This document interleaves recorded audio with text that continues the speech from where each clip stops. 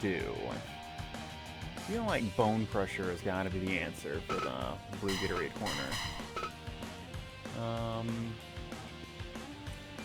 think Bone Crusher versus Terry Funk is gonna be the pick I go with. So I'm gonna hit that button. I'm gonna do the social media thing, and we'll get this program on the road, as they say. Hi.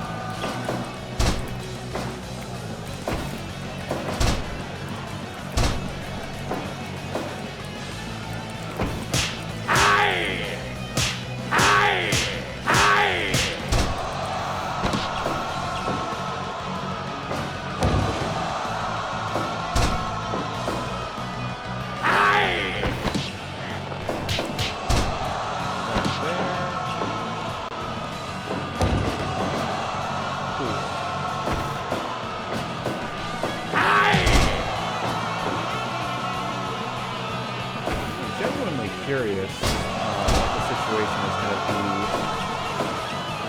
today, because last week it seemed like there was some pretty major bugs going on with Twitch, because I just got like no chat about halfway through the broadcast, and Twitch is reporting over 800 viewers, and if 800 people were watching live and literally no one was chatting, I don't think that's real. Whatever the case may be, we are here now. Wrestling is happening right now. Let's see. A little bit all over the place. Let's see. Got the singles debut of Monty and the tag team debut of Cindy. A handful of wrestlers from Sasha's Red Max promotion going to be guesting on tonight's program.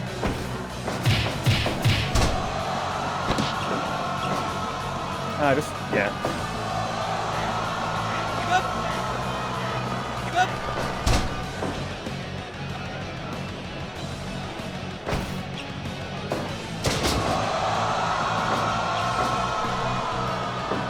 Alright, yeah, I figured that was the case. So what I was about to say is, yeah, it's going to be the singles debut of Monty and the tag team debut of Cindy. Hopefully those characters don't totally shit the bed, because I don't think their logic is completely finished. Some wrestlers from Sasha's Red Max promotion going to be guesting here. One of their trio stables is challenging for the KOF TV title, and a couple of their other wrestlers are going to be in the Battle Royal, kind of in an effort to do a little bit more crossover stuff. Let us see here.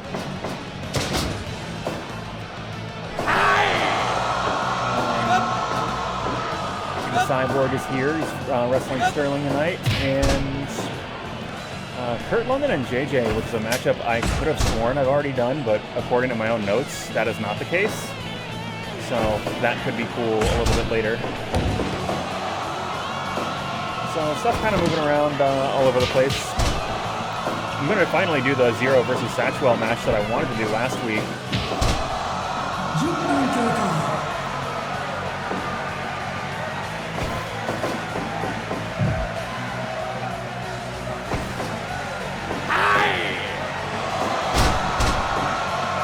Also, knowing what I know about Terry Funk, he would probably actually work this match. He would probably actually work this match today, which is very amusing to me.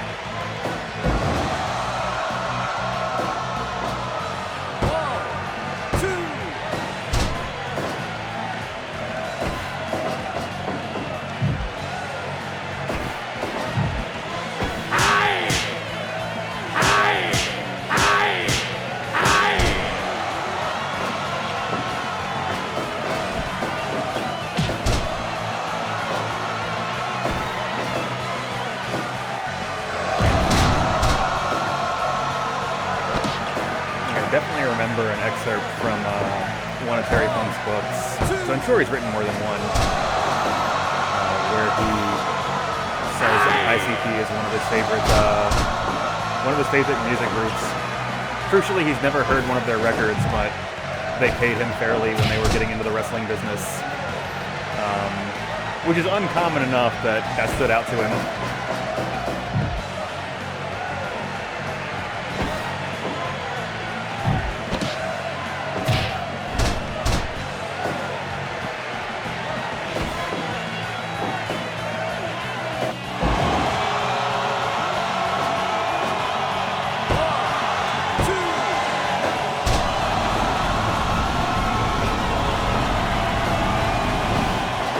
The stream title, if you were not aware, is a reference to the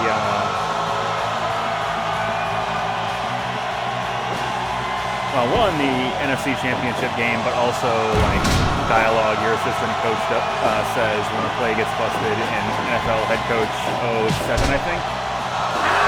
Ooh, that patented spinning toe hold. Oh yeah, ICP are like legit good dudes. I feel like that is undeniable at this point. And you know what? Like, you can have whack music. That's allowed.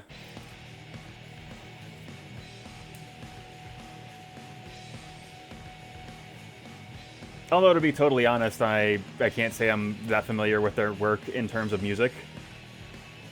I am just kind of more aware of them as a cultural phenomenon. And, like, they seem totally fine as far as that goes.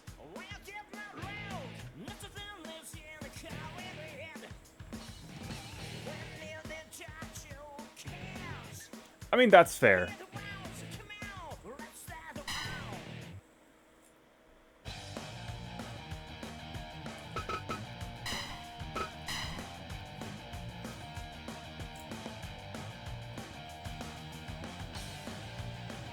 But regardless, whatever the case may be, it is very nearly 7:30, which does mean it is time for the lights to go dark at Blake's House Arena. We'll have everybody get on their feet, make some noise for another edition of Blake's House Professional Wrestling.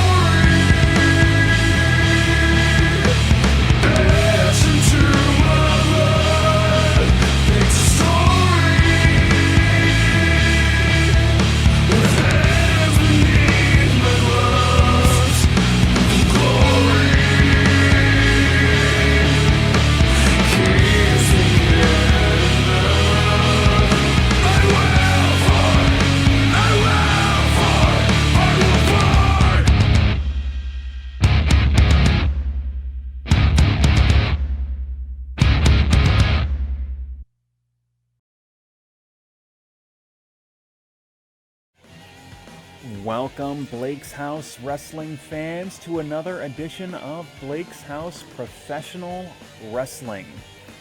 You were tuned in last week. You got to see the Battle Royal legend, Cheeseburger, go all the way to the Mag.Lo Open Challenge, very narrowly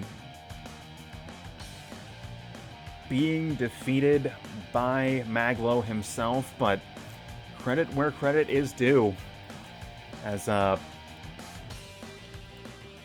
man put the work in and earned a shot at the top of the card, but People's Champion Mag.Lo just a little bit too tough to take out. But additionally, in that Battle Royal, we got to see two new names on that Blake's House Wrestling roster.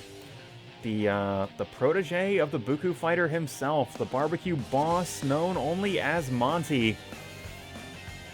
We're going to be seeing him in his singles debut this evening, as well as the newest addition to the Blake's House Wrestling roster, Cindy, going to be making her tag team debut tonight, as the tag team division continues to get more and more crowded, as she pairs off with David Clement and takes on Team Lake Mary in Brandon and Jordan later on this evening. But she is not the only newcomer getting invested in the tag team division. Monty getting a shot at one half of the Blake's House Wrestling Tag Team Champions, Idolo himself. Idolo, of course, going to be seconded by Ramos, and Monty seconded by the Bookoo fighter.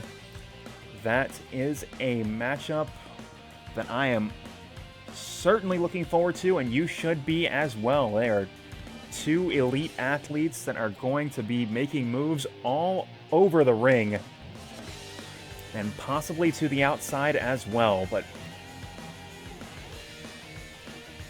you know, the Blake's House Professional Wrestling matchmakers, we do our best to give you guys at home something that you've never seen before, something that is going to be just an absolute classic. And there is one such matchup we found in the Judgment Pro Wrestling stable.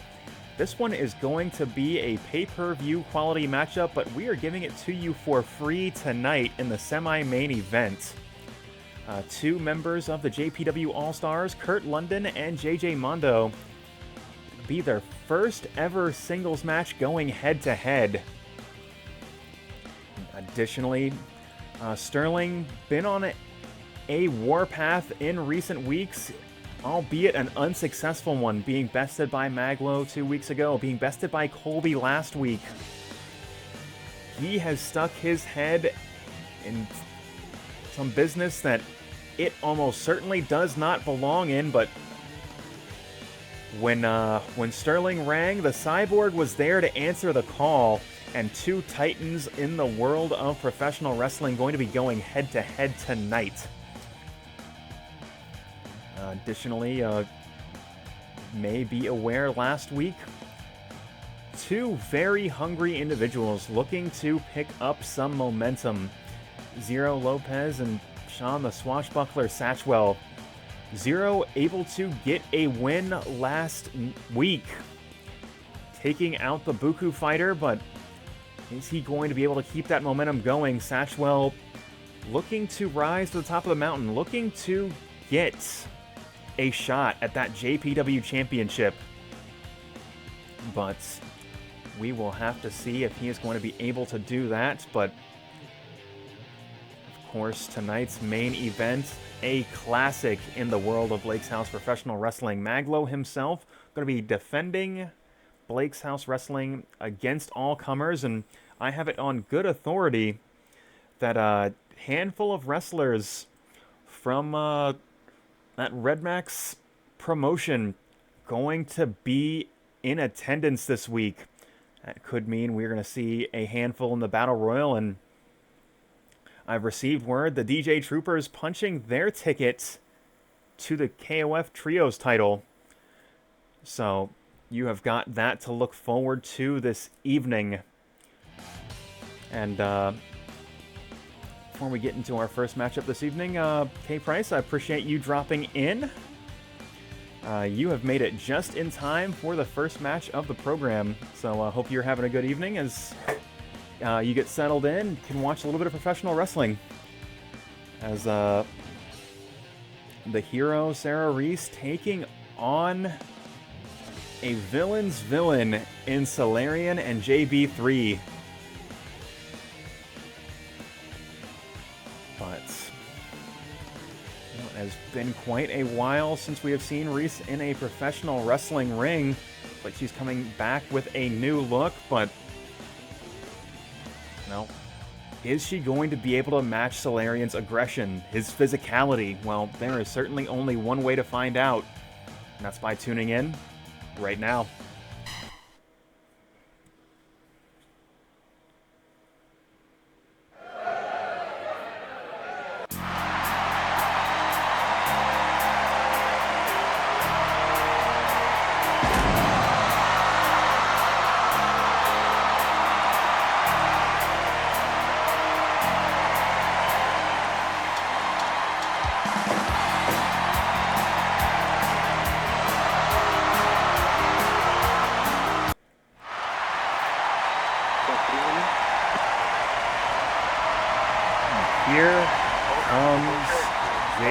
Solarion.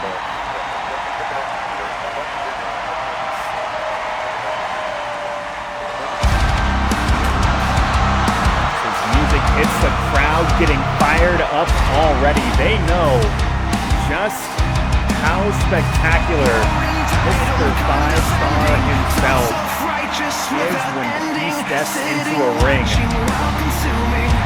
Pretending it's just fine.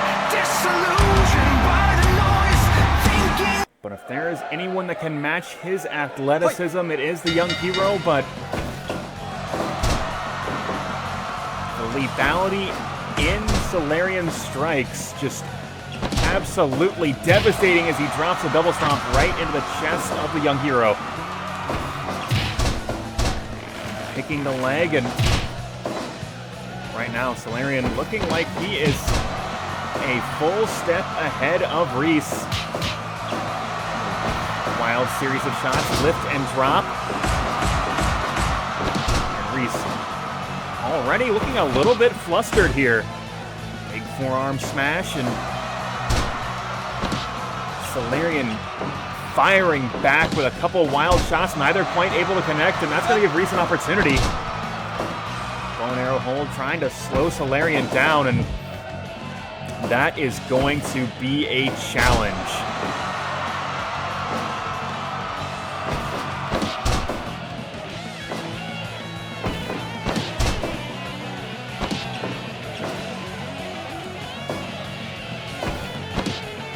Step up into Gary, those well-worn boots colliding with the side of the head of Solarion. You can see JBIII watching on. I am certain when this fight makes its way to that orange Gatorade corner, he's going to look to direct traffic a little bit. We've seen him get involved in Solarion's matches in recent weeks. And it looks like JBIII looking to build some sort of coalition. No, Bash is not that far away.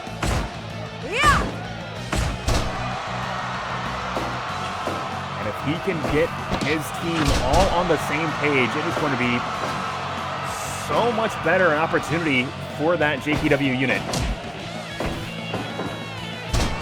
Tight dragon screw leg whip and flipping Big Boy right towards the corner. Hold on. As I said, that flash, that agility of Reis, able to match that of Solarion. On backslide cover, one, but only one.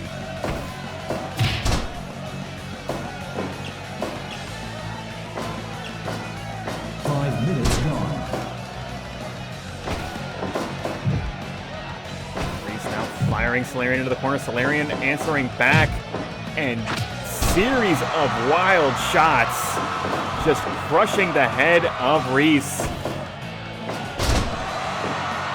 Some tight snap suplex, but Solarion right back to his feet, so do not adjust your set.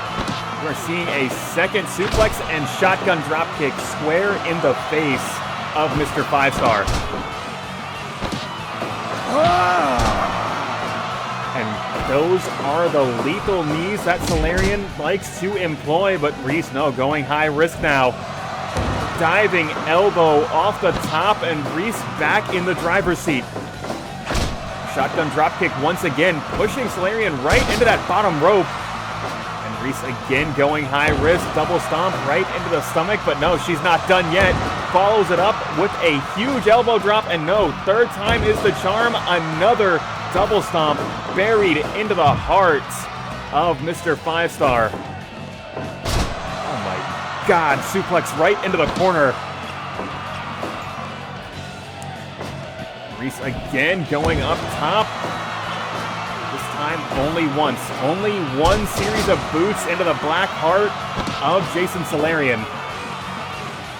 Solarion, he's got one of his own. He's got that 5-star. No! Reis rolling out of the way. And she's not done yet. Oh my God. Sasuke Especial, and hold on, no. Even that is not enough to put away Solarion. As these two just battling it out. Jockeying for position in the ring. Solarion, no, hold on. Has that sharpshooter locked in, and Reis is trapped center of the ring, barely able to power out of it. And picture-perfect dropkick from Mr. 5-Star, and Mr. 5-Star going to continue to work the legs of Reis. Going to take away some of that agility.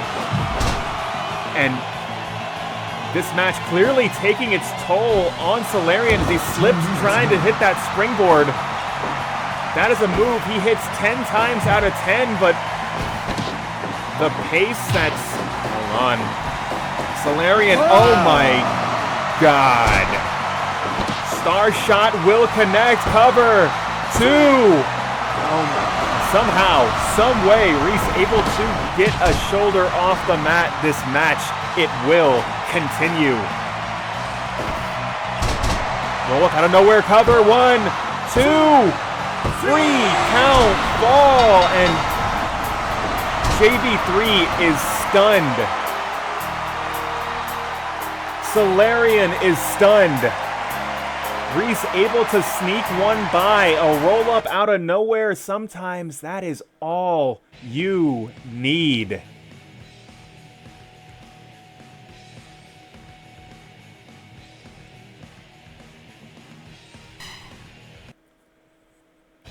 Yeah, that is sometimes the case. The game, it will be the game. Because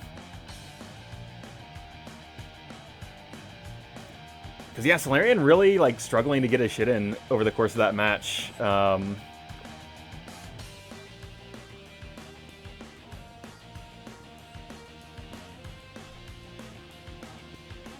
Hey Sasha, appreciate you dropping in. I mentioned at the top of the program, gonna be seeing a couple of your wrestlers tonight. The DJ Trooper is gonna be going after the KOF TV title, and a couple people. Well, actually, you know what? If you were hanging out in the chat when we get to the viewers' choice section, you can tell me who you want to see in the Battle Royal. Kurt London is booked tonight. I mentioned at the top of the show that Blake's House Wrestling Matchmakers realized we've never seen Kurt London wrestle JJ, and that is an oversight that I sought to correct this evening.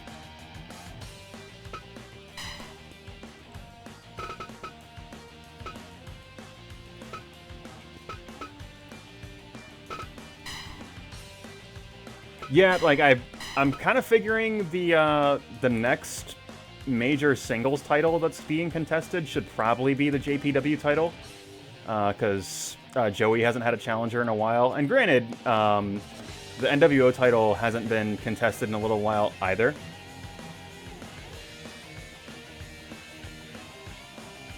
Ooh, actually pretty okay with that idea. Let's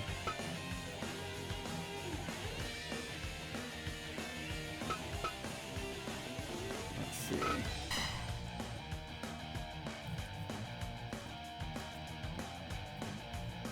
But ultimately, Jamie, you are the Blake's House Wrestling graphics department, so yeah, just run by me like what you're gonna put in there, and I am probably gonna be cool with that. But regardless, we've got a little bit more intra-promotional action going on this evening. You know, Nick's Wrestling Organization, they have been lying in wait for weeks. They have been at the top of the tag team mountain, holding both the Blake's House Wrestling Championship as well as the Chop Shop Tag Team Championship, but not making a ton of waves in the singles division. Well, Nock Voldo going to test his physical style against the mad kickboxer known only as Dougal. Of course, we saw Dougal last week in the over-the-top rope battle royal. He and Monty certainly have unfinished business, but that will have to wait, as the man standing across from him, Nock Voldo, is a force of nature that you cannot afford to take your eyes off of. So that match, it's right now.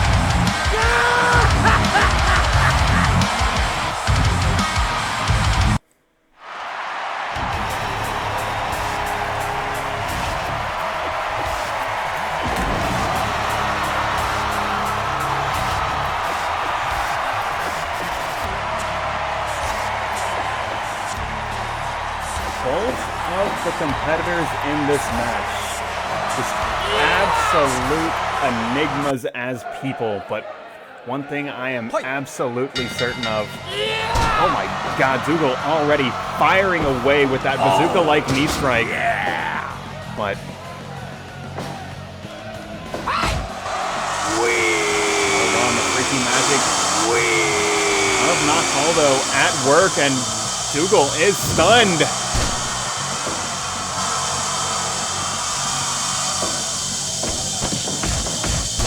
Firing back, series of hard shots, and those knees, those shins, those elbows and forearms, absolutely deadly, and big roundhouse kick doesn't quite find its mark, but a series of knees to the gut will, and oh my god, kick right across the chest, but a closed fist, Harada going to let it happen from Voldo. Looking like he's playing with his foot a little bit here, and that is such a dangerous proposition. Big wheel kick, but Voldo will sidestep it.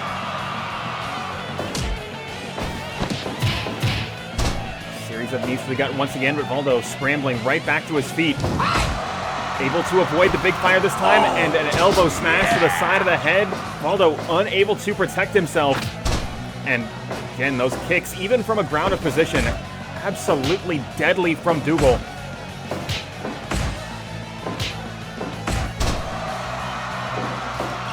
Voldo just laid out on the mat, but able to fight his way back to his feet. Both competitors at even strength, and oh my god, that bazooka-like knee strike once again will connect.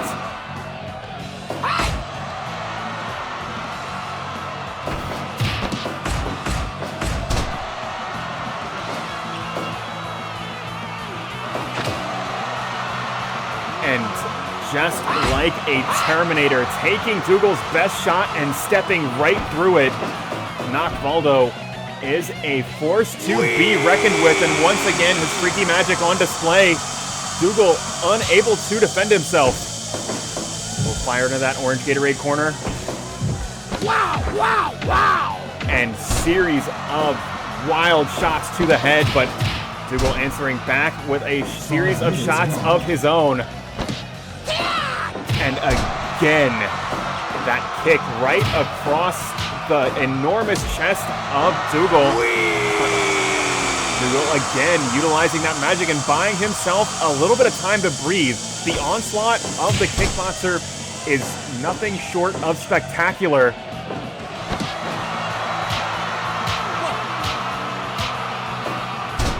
This time Harada getting involved, not liking those closed fists.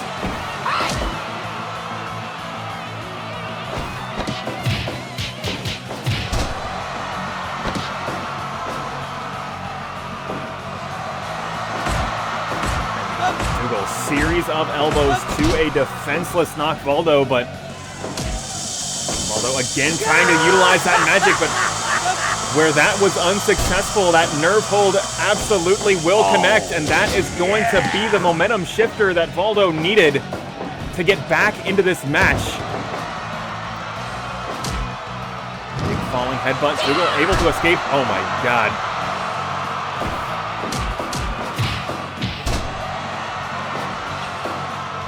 Dougal getting fired up.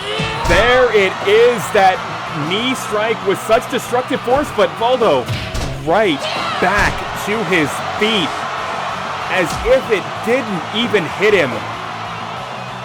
Dougal going to need to find some answers quickly. As Voldo going to be able to turn this match around. He's been hit with his best shot twice. Big wheel kick doesn't find its mark. But there it is. Third time is the charm, or is it? Cover 2. And oh my god, so close. Dougal again able to sidestep that fire attack.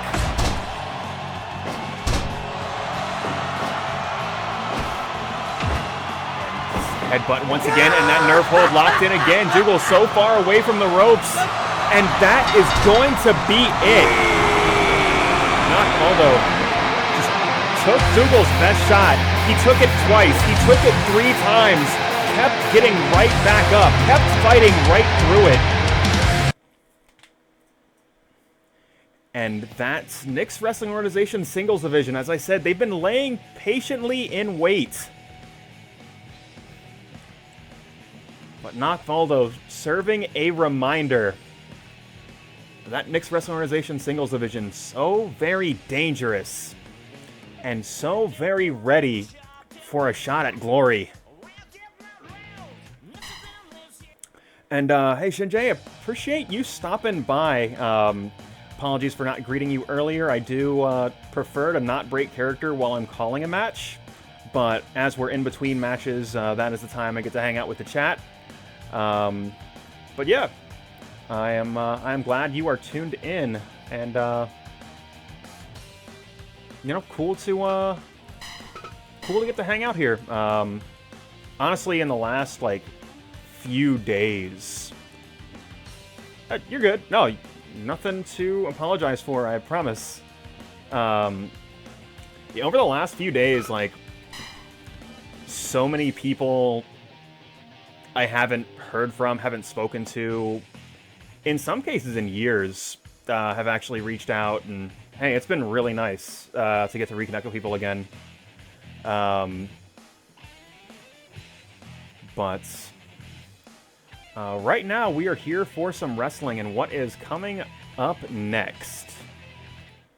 So Shinjay, you are new here. This is the viewer's choice portion of the program.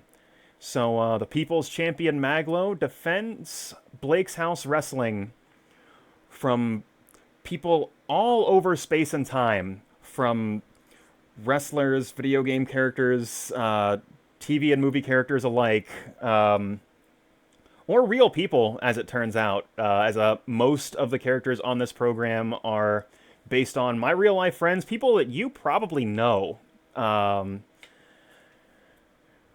Although I will have to see what I have. So there's a thing about this. Yeah, there's a thing about this system. Steam Workshop has literal tens of thousands of characters. What I would ask of you, because I have a pretty limited roster, is I would ask you to message me somebody you would like to see. I bet that character already exists on the Steam Workshop. But they probably do, but I could not find them and did not want to go through tens of pages. But whatever the case may be, this is an 8-man over-the-top battle royal to determine who is going to be challenging Mag.Lo in tonight's main event. So what I'm going to do, I'm going to swing over to mention Shinjae. Like, these are names of people you know. I am certain of this. But hey, there's like, hey, the entire cast of Def Jam Fight for New York. Yeah, we're gonna go to the TV and movie zone, and we're gonna add Pepsi Man. Is that video? Actually, that's probably in the video game zone. Vista, let me make sure. And also, see, I actually might not have downloaded Spanish. I downloaded everybody in the Red Max. What is it? Everybody in the Red Max like group that was up, and yeah, I can put in JBIII if you are interested in that. Which means I am missing a good chunk of your OCs, but let me swing over to your stable real quick.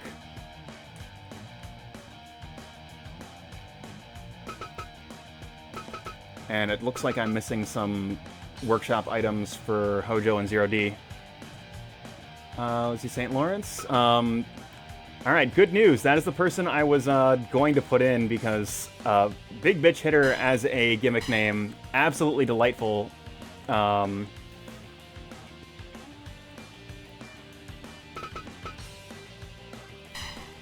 also, let me see here. But yeah, this, unfortunately, whoever created this JBIII edit based it off the dive kick character and not after real wrestler Alex JBIII. And I am too lazy to redo the edit. Because that would mean watching 2 Alex JBIII matches.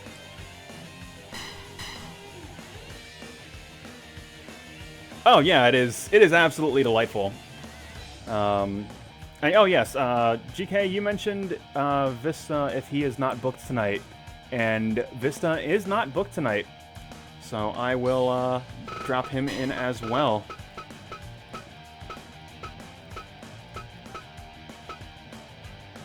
The Duke of the Battle Royal, Frank Vista.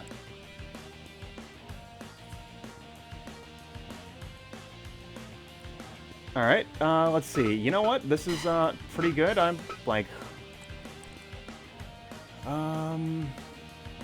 You know what? I don't hate the idea of getting Brad Chad some TV time, considering he is the NWO champion and we haven't seen him in several weeks. So I'm going to go ahead and do that. In the interest of getting all 3 of the major stables together, the first person to call out a name... Kurt is booked later tonight. The first person to call out a name from the Blake's House stable that is not also booked later on this show, we'll go ahead and drop that in. Jordan is booked. King, I can make that happen. I mean, there's no rule. It says, Jamie, you are not booked, so I can make that happen.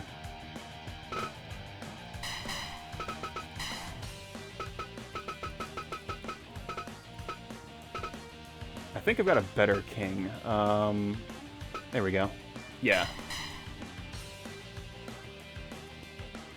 You want to see X to the Z exhibit? You're totally good. I can drop in X to the Z, and I can also take out JBIII and put in Skullomania. That is no trouble at all. So let's handle that right now. The problem is, yeah, there we go. I've done this. And that is true. That is a Sentai. And that is going to do it. So, yeah, as I mentioned at the top of the program, Red Max in the building, and we're going to be seeing more from that promotion in the KOF Trios picture. But right now, the stakes, you know, longtime Battle Royal veterans know exactly what is at stake. This is an opportunity for a shot at the top of the card. One match. You win one match, and you get into the main event. You get to challenge the People's Champion. Two-time Blake's House Wrestling Heavyweight Champion. Mag.Lo himself, but you've got to get through 7 other vultures to do it. So, let us get into this match and find out exactly who we'll be seeing in tonight's main event.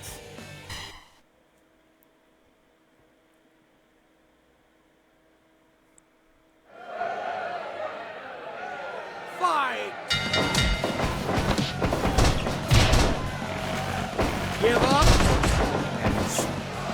I believe with the exception of St. Lawrence, everyone else, this is not their first rodeo. This is not their first open challenge battle royal. They know exactly how easy it is to lose your spot, how easy it is as this Jake Holloway so very close to the ropes, so very close to elimination. Give up!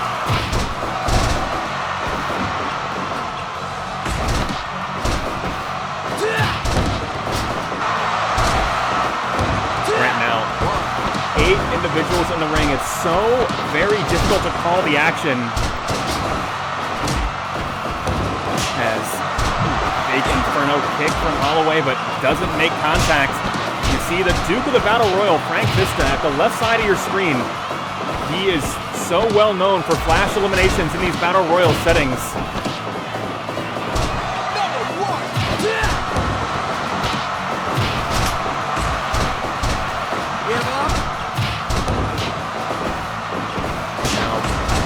Back switch on Pepsi Man, but Pepsi Man able to break out of it.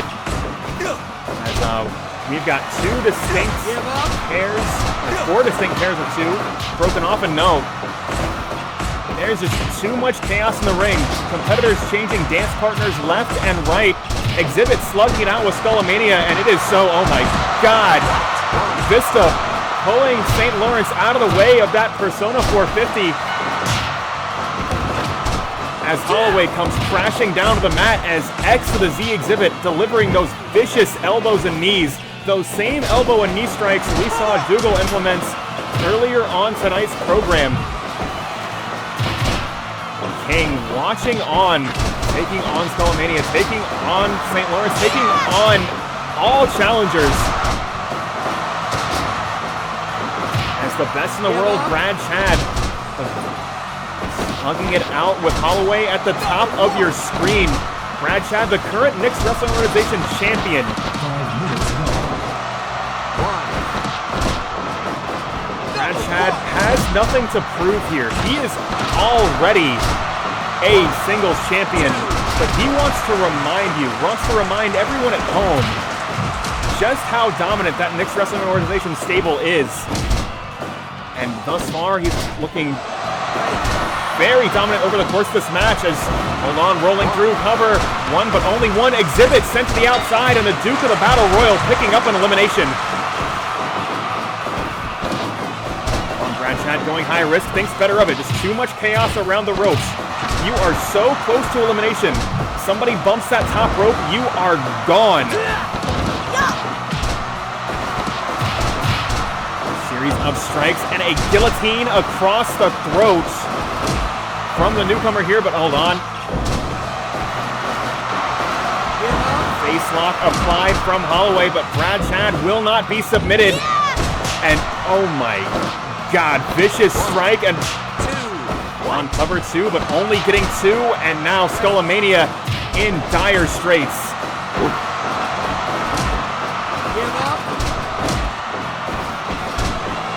belly-to-belly overhead suplex. The Duke of the Battle Royal just launching Brad Chad across the ring. Goes for a cover, 2. No, only a count of 1.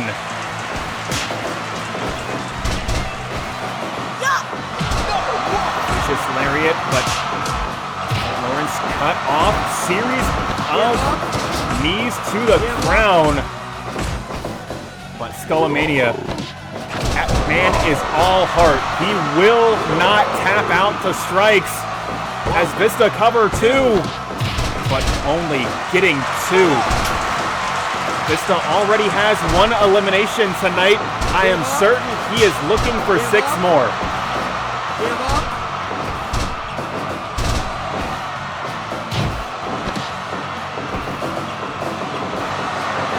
From Brad Chad, and hold on.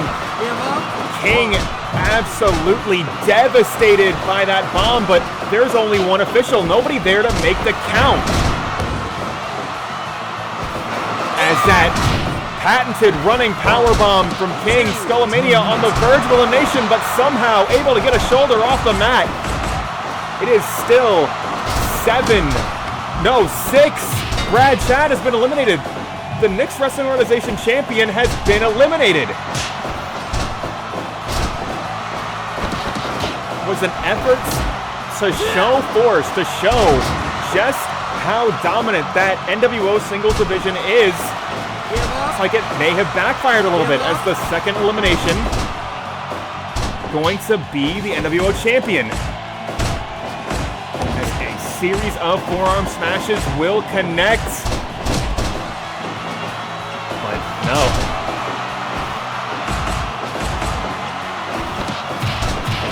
Striking prowess of St. Louis on display, and hold on, that could be it right there. Holloway 2.9, no! Getting a shoulder off the mat, but Triangle Lancer locked in, but Mario doesn't see it. Running power bomb.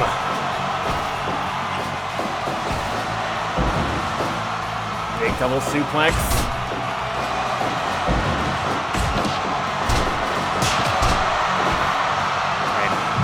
Is still chaos in the ring. There are just too many bodies flying, and the stomach of Vista just crushed.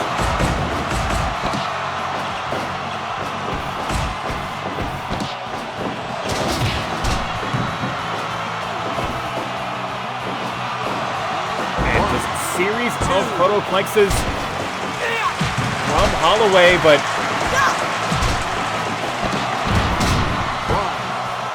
Lawrence looking to get her first elimination, first ever fall on Blake's House Wrestling Television, but to be denied that opportunity. Oh my God, the distance that Skullamania just traveled, over 10 feet to deliver that diving headbutt. And Skullamania in complete control. Back suplex.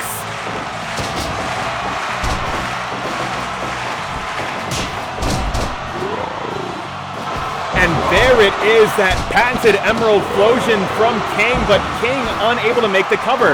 There are too many bodies around him, and that is going to give Pepsi Man that get out of jail free card, get him back into this match. Big moonsault press, cover 2.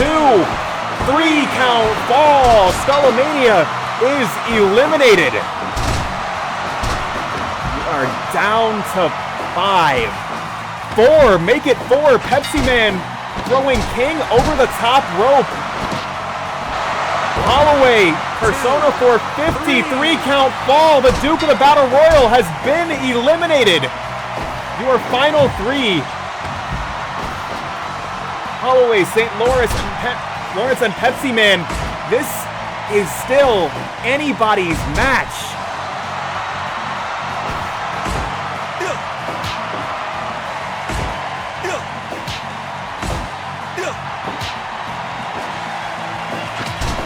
Colossal kick answered back with a super kick of his own.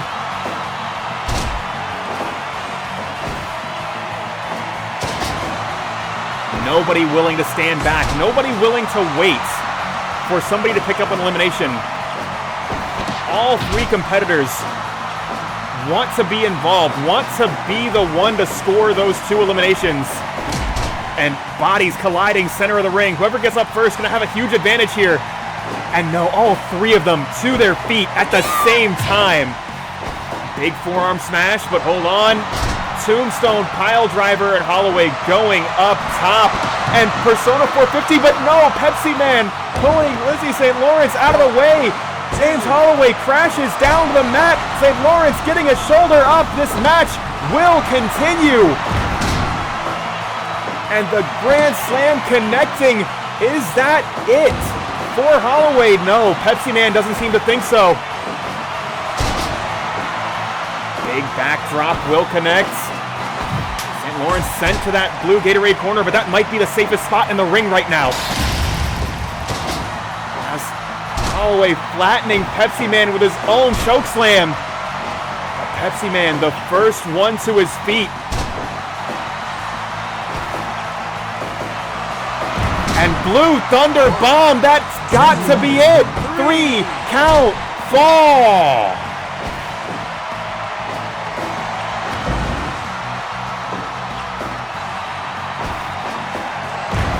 Big DDT from Pepsi Man. Holloway dazed, out on his feet.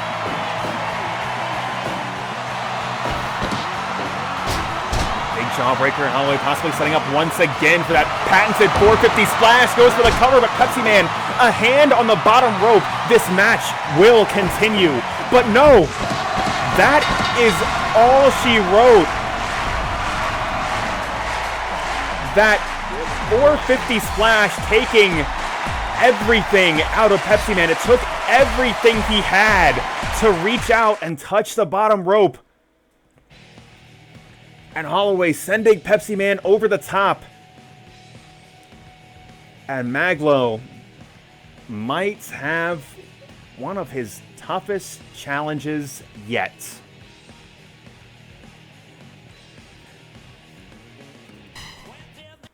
Yeah, Sasha, we love an underdog here on Blake's House Professional Wrestling. One thing, and I do apologize, when I'm using somebody else's characters, and this even happens with like some longtime characters that GK and Troll Wizard submitted, I do not know the gimmick names of like people's maneuvers. Like, hey, I will get it, but I did kind of plan this show about an hour and a half ago, so that one's on me. But yeah, Lizzie St. Lawrence, already a fan favorite, at least here on Blake's House Television.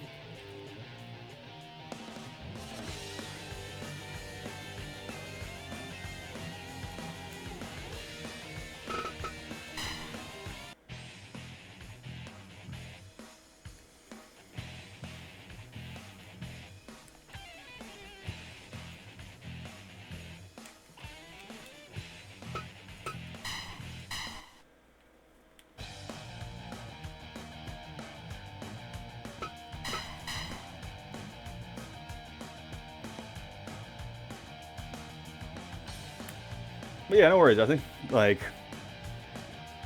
what you'll find, and we're going to get to some real people, not the next match, but a little bit later on the card. One thing I like to do is, because I've created a bunch of my friends for this eFed, I like to imagine how they would wrestle if they were professional wrestlers. And like, yeah, hey, you are a Sentai fan, so like you would have a Sentai inspired look and moveset. Like, I mean, Shinjay, you have seen Jamel. This is literally just Jamel's regular clothes, and his finish is the Space Jam.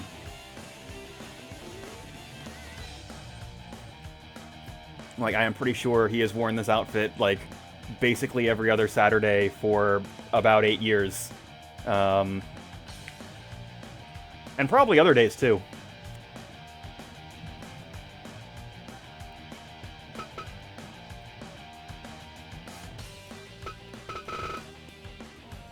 us see here.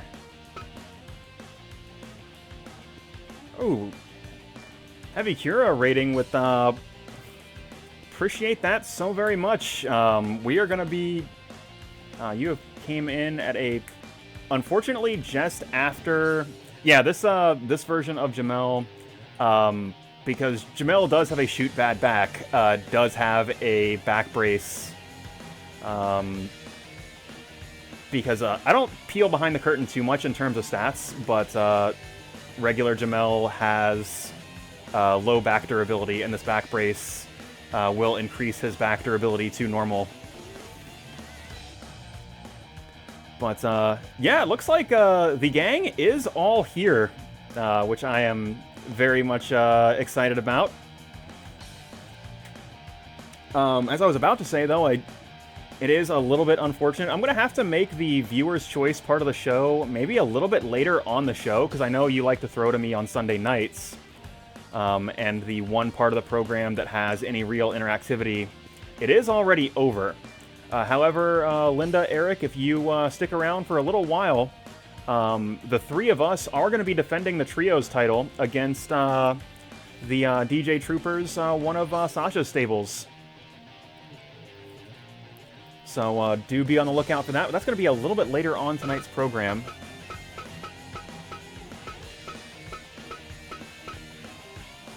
And as I said, that Knicks Wrestling Organization unit, they hold both tag team championships. And right now, Idolo and Ramos scouting out the competition.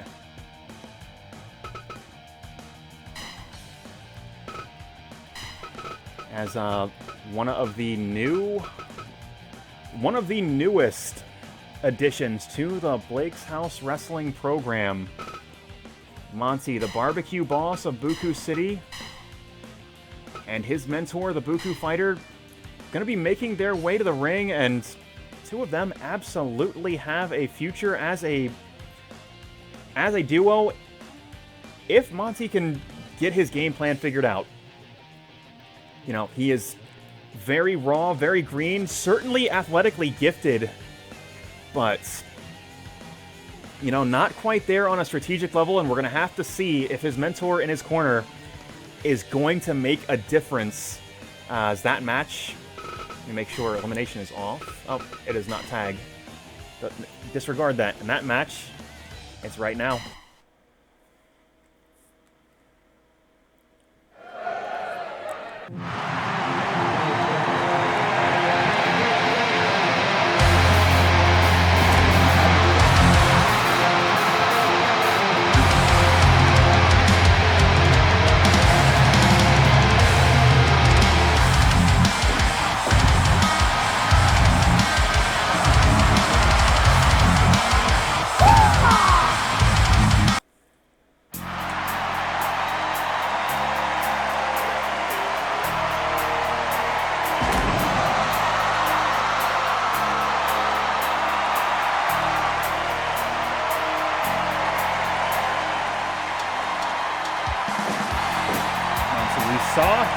The Battle Royal last week. Not let his size fool you. He has got amazingly quick feet.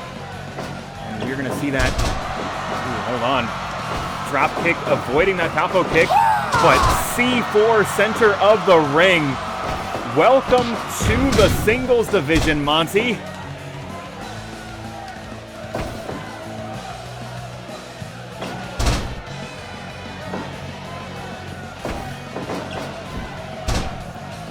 I said at the top of the show, the athleticism of both of these wrestlers is nothing short of spectacular, and we are going to be seeing that over the course of this match.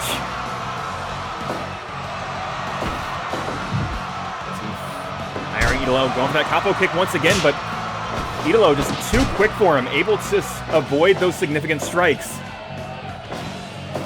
Going for the cover, but no, not even a count of one. Big DDT.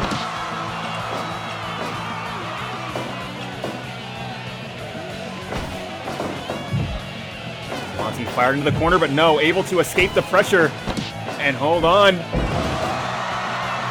Shiranui will connect, center of the ring, and Monty now in control, but Idolo scrambles back to his feet, not allowing Monty to keep up that offensive momentum. Going for that Insagiri, but doesn't find its mark, and... Oh my God, shotgun drop kick, buried right into the jaw. Cover, one, but only gets one.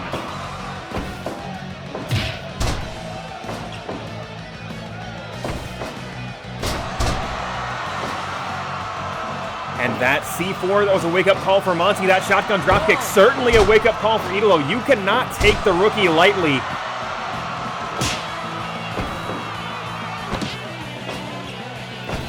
That was an absolutely monstrous strike, but hold on, backslide cover one, but only gets one.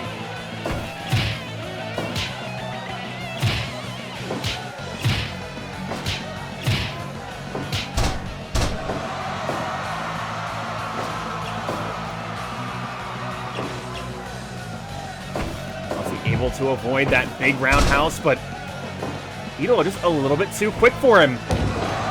Moonsault, double stomp, buried right in the chest. Monty struggling to get back to his feet.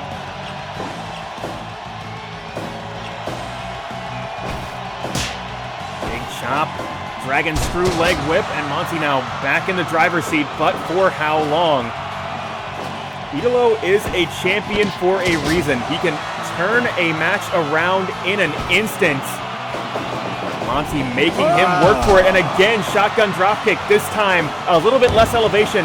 This time, it goes square in the chest, but the damage was very real. And hold on, satellite, Rana to the center.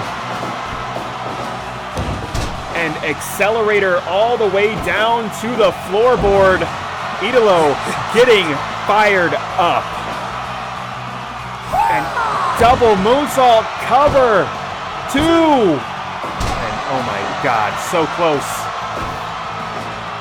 On Destroyer will connect. Idolo, he's not finished, but Monty fighting his way back to his feet. A cover, possibly out of desperation. That Destroyer was absolutely devastating. And Idolo knows it, goes for a roll-up, cover two. Just barely able to get a shoulder off the mat. Sambo suplex. Monty grasping at whatever he can to get back into this match. And now giant swing. Idolo struggling. And once again, Destroyer center of the ring, and he is getting fired up.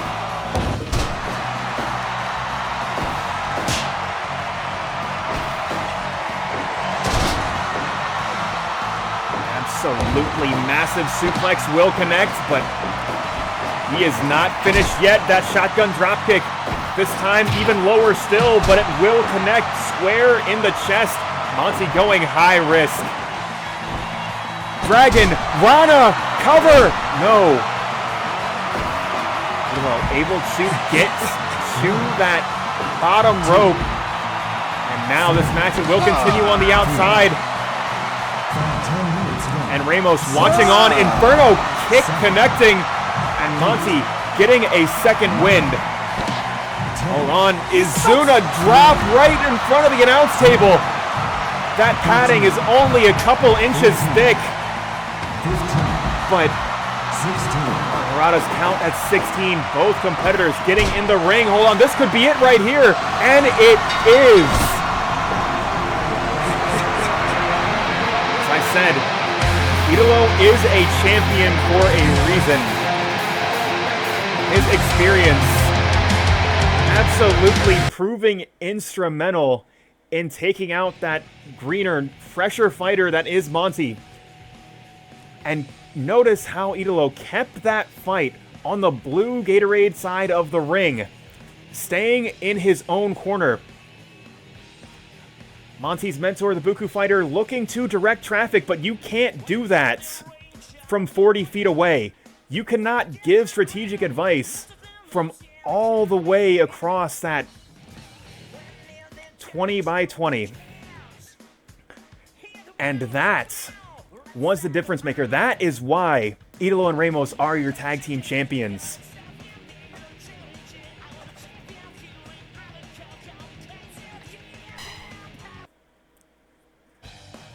And once again, I can peel back the curtain just a little bit. So Monty is like very much a like pre 1.0 build in terms of logic, but storyline wise, he does not know what the fuck he is doing inside of a wrestling ring. So it kind of works. So hey, maybe as he gets better at wrestling, his AI will actually be updated and a little bit better.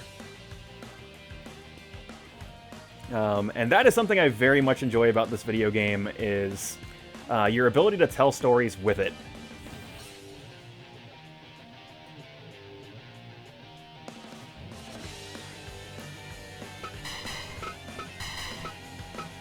But we're going to keep this show rolling here. And as I said, the tag team division, well, if that match was any indicator, the tag team division still extremely fiercely competitive. Idolo and Ramos looking to scope out some potential new challengers, picking up a victory. Well, they are not the only potentially new tag team unit in Blake's House Professional Wrestling. As a fresh pairing of David and Cindy going to be taking on Team Lake Mary.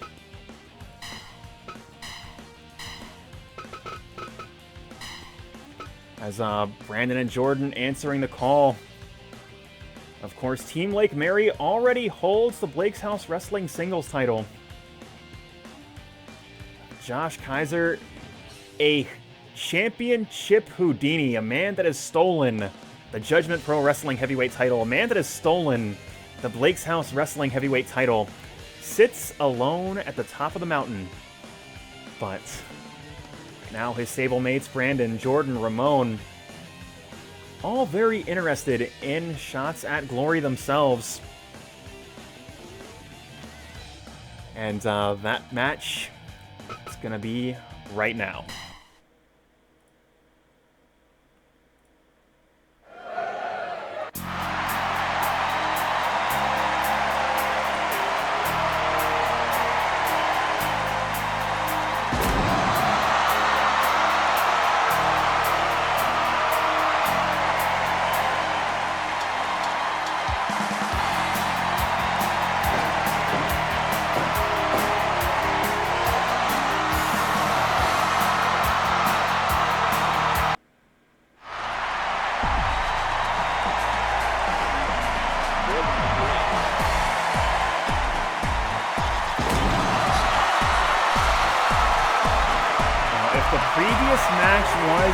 Indicator. Experience is absolutely a factor in the world of Blake's House Professional Wrestling. Cindy advancing to the final two in her first ever match in that Mag.Lo Battle Royal last week, but this will be her first ever match in a first fall to the finish contest. But she's going to have to lean on the experience of David Clement, that enigmatic competitor, a man that can come at you from a lot of different ways. But Brandon, not the type to be easily frustrated. Of course, Brandon, a member of Team Lake Mary, he has seen... Oh, hold on, Brandon, no, tagging out, bringing in Jordan high and low. David caught in the unblockable.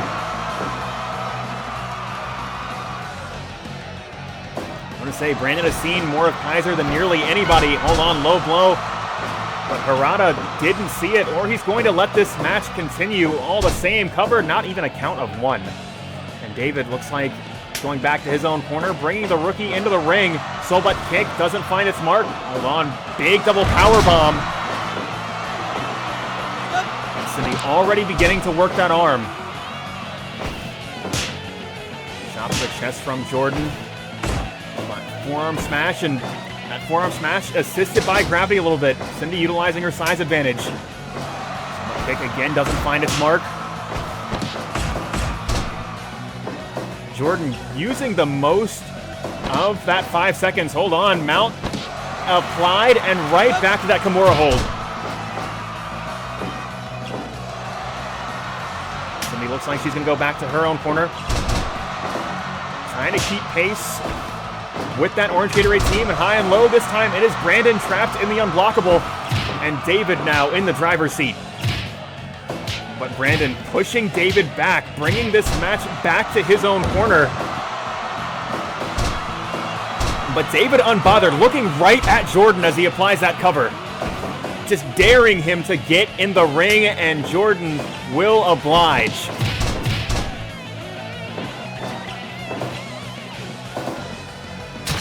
And David somehow, out of nowhere, pulling that foreign object out of his basketball shorts, and David continuing to pick up where Cindy left off, working the arm of Jordan, and Jordan step-over toe hold face lock applied.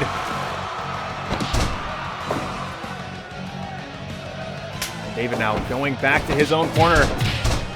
Jordan fighting his way out of those 2-on-1 odds.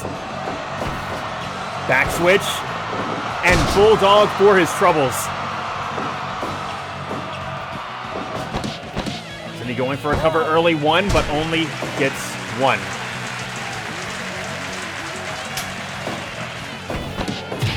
Tagging Brandon back into this match. And the striking ability of Brandon on display. Those no-nonsense left and right hands.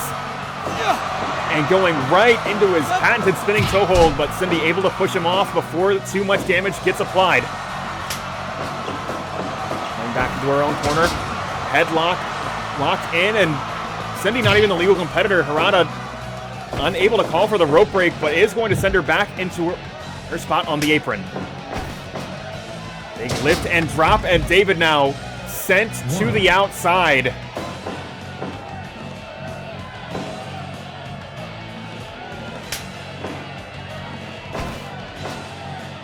One lift, but basement drop kick, taking the legs out from underneath the legs of Jordan. And again, chop answered back with forearm smash, but Jordan the one standing tall at the end of that exchange.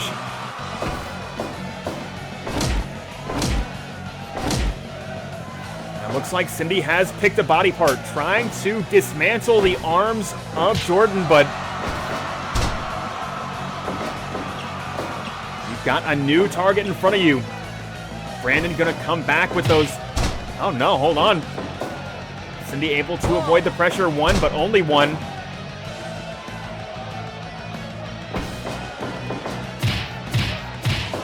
And another series of forearm smashes, and that's going to send Brandon back to his own corner. Cindy reaching out for that middle rope, able to make contact with it, but unable to maintain that offensive momentum. Jordan just a little bit too crafty, protecting himself, and goes right back to that 7-word toe hold face lock. And it is all the way deep into that orange Gatorade side of the ring. Cindy able to make her way into her own corner. Jordan able to protect himself. Big chop to the chest. David just shocked by that blow, just colliding with his chest, but hold on. Big DDT. David getting back into it, goes for a cover of his own. 1, 2, count 2.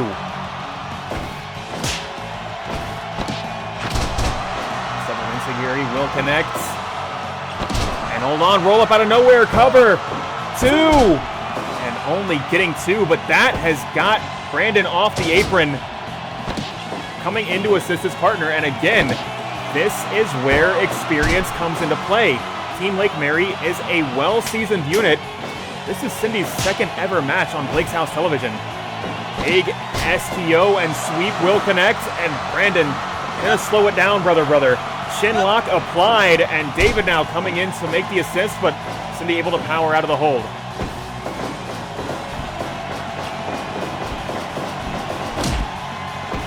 Bit of a miscalculation, and again that inexperience coming into play here, as Brandon able to utilize that to great advantage, but David coming in for his team when he needs it the most. Crossface locked in.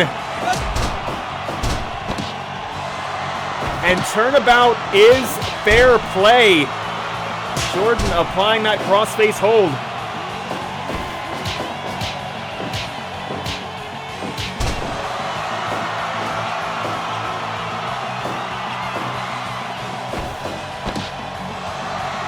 Fireman's carry buster, that could be it.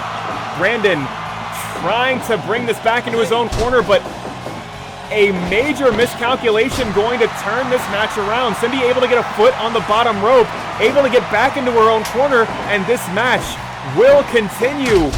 Brandon now in the unblockable. David set up. Double underhook.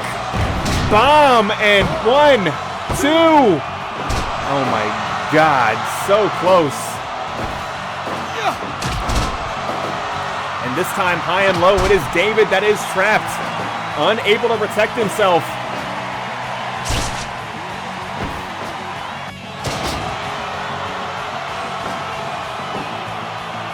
And Brandon finally able to stop the bleeding, at least metaphorically, as he gets back to his own corner. A fresh Jordan coming into this match, but David looking to challenge that idea, applying that giant swing, trying to wear Jordan down.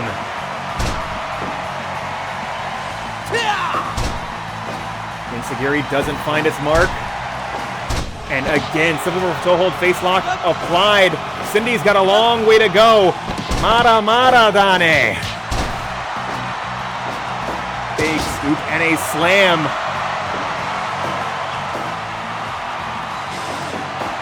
And a vicious series of blows. David unable to see. And Harada again just going to let them fight. Big double powerbomb. And Cindy calling for something here. What you want to do? No, whatever it is, Brandon staying away from that. Big spine buster will connect, and Brandon able to escape to his own corner.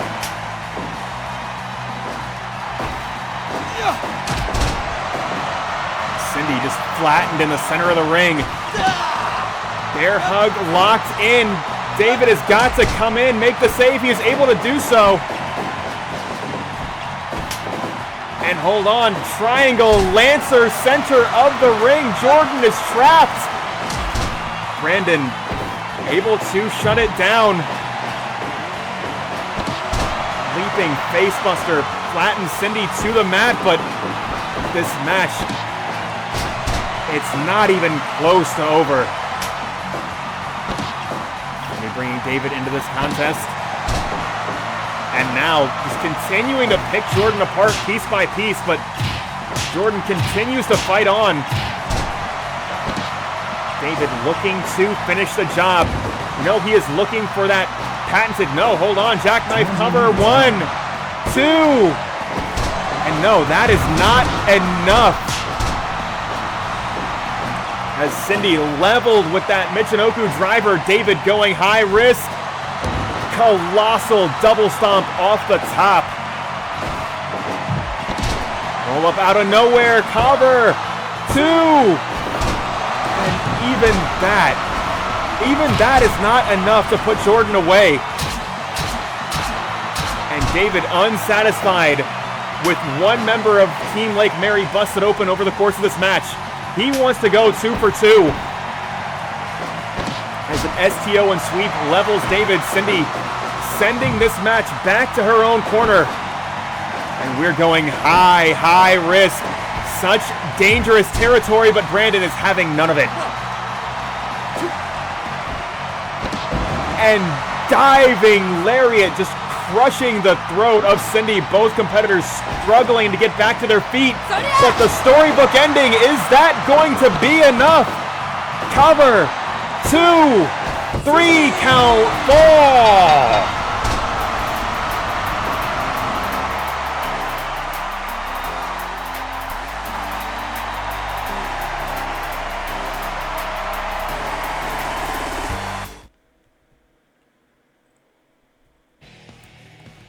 and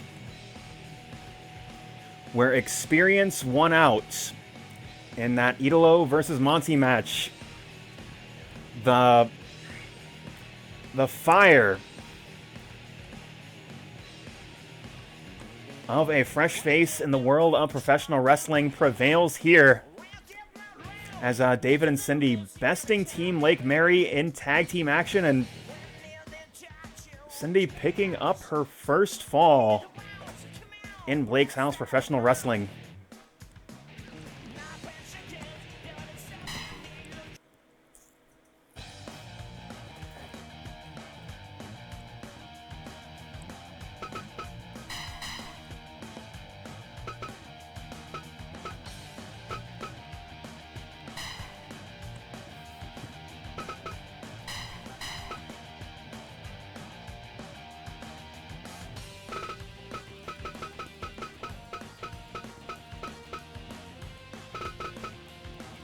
This is the match, if y'all recall last week, I said, oh shit, Satchwell is booked when I accidentally put him in the Battle Royal. This is the matchup I wanted to see last week. Because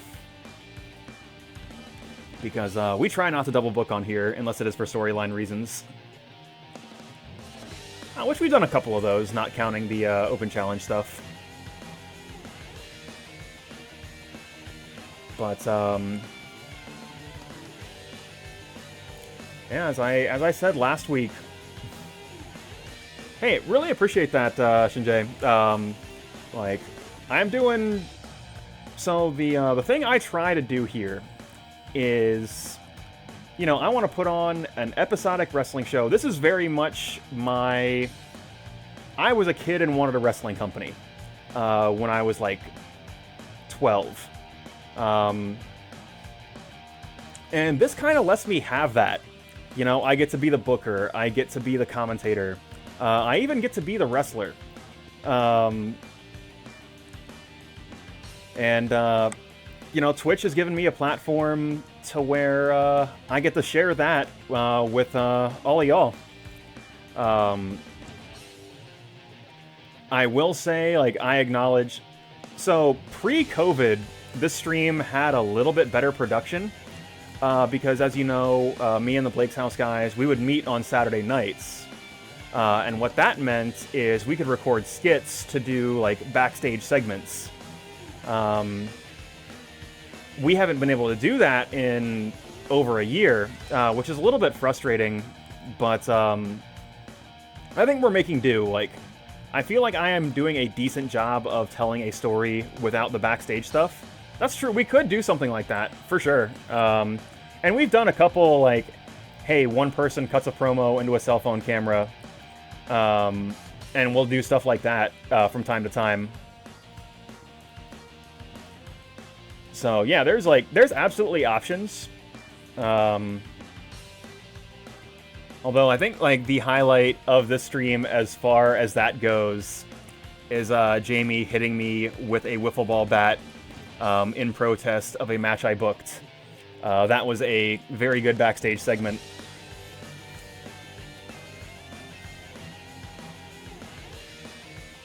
But, I digress. And yeah, that is... I mean, to be fair, Nick, like, it is kind of a... Hey, you, me, and David used to do more shit, because, like, I don't host the pay-per-view parties anymore. Both because, one, WWE is just a nightmare product, and it has been for years. And two, we are in the middle of a national pandemic. So it's that. I mean, that's kind of hurt us in the same way.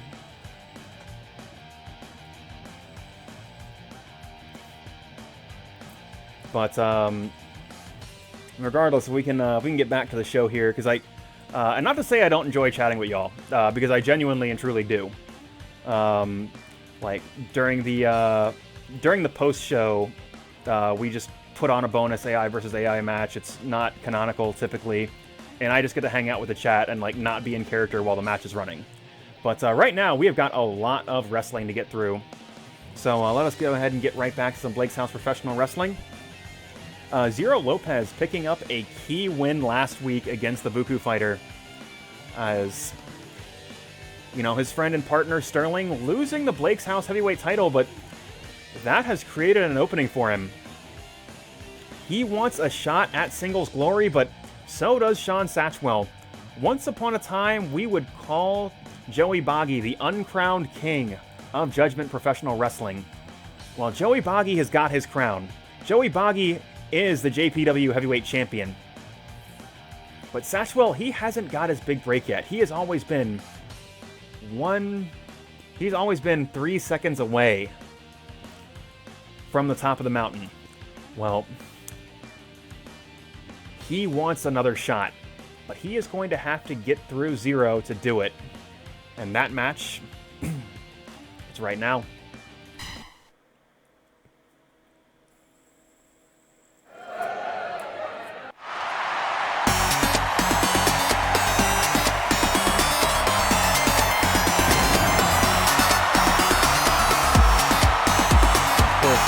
Theme of Zero Lopez, a Mag.Lo joint. You can find Mag.Lo's music at maglo.bandcamp.com. But right now,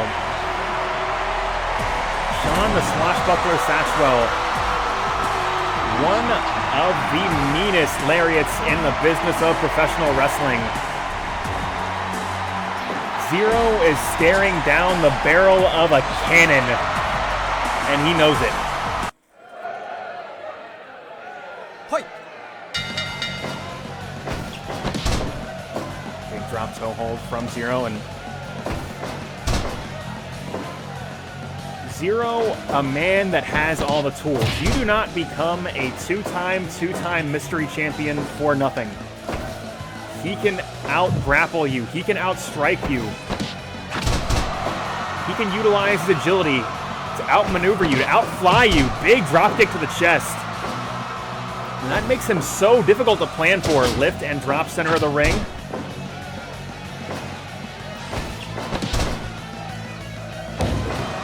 And right now, it looks like Zero seems to have found a mismatch. He's going to try and outmaneuver Satchwell. Satchwell, the man with the power advantage in this match. And that is almost certainly going to be the difference maker if you can avoid those significant strikes. If you can keep your opponent on their back foot, you are in an excellent position. But right now, Satchwell swinging for the fences with that lariat, but Zero able to slide out of the way, lift and drop right back to the mat. And Satchwell utilizing that superior power, but Zero's agility is the CEO of the Global United Agility Corporation, and he is making use of it.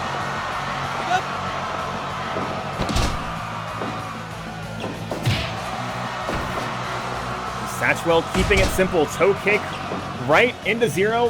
Had his back turned, trying to deliver that soul butt, but just a hair too slow.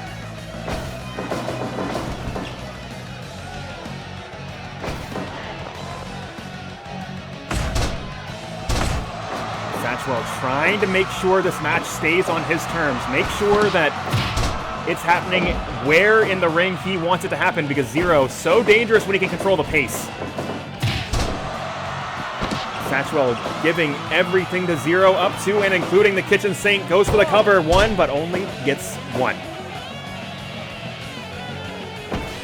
As I mentioned before this match, both of these individuals so very hungry.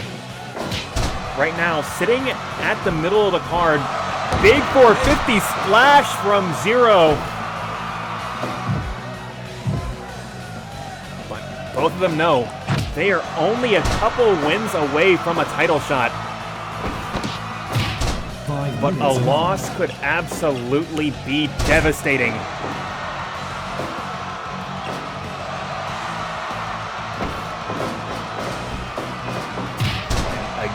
Again, Satchwell just using those strikes, utilizing the power, just bringing Zero to the mat any way that he can, and Zero right now struggling to find his footing. Cover, one, but only one.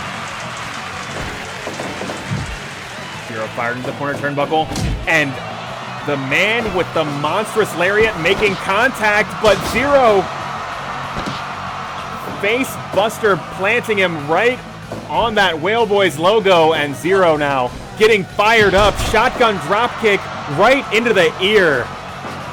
of the swashbuckler.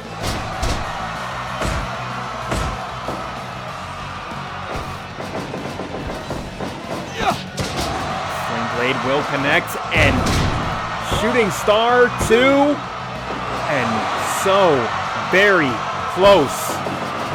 But hold on. Oh no.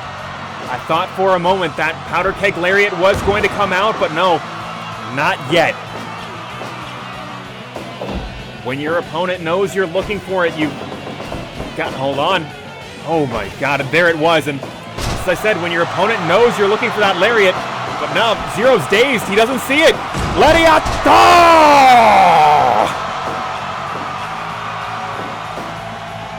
Cover 2! Oh my God!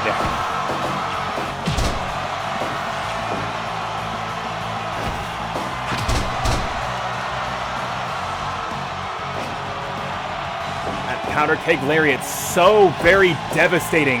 And it looks like he's looking for a second. No, hold on. Broadside lariat cover.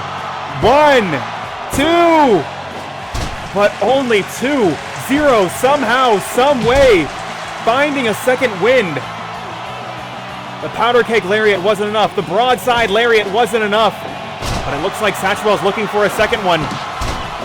And coming at you once again, broadside. 1, 2, 3, count, fall.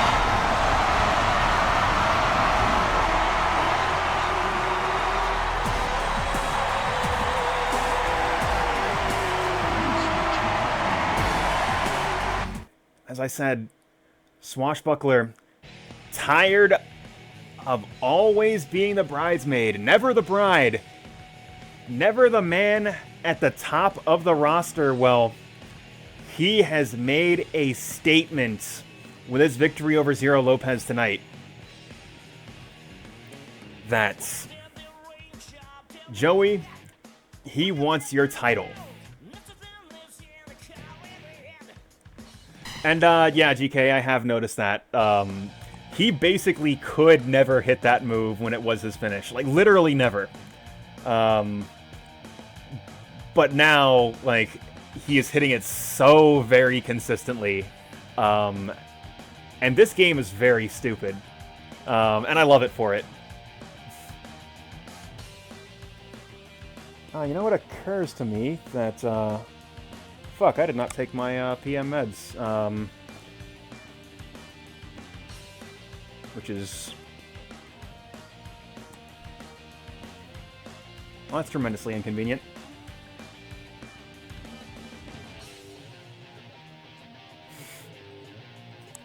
I am glad I could help. But yeah, this game is very dumb. Actually, I'm going to take my Spyro now.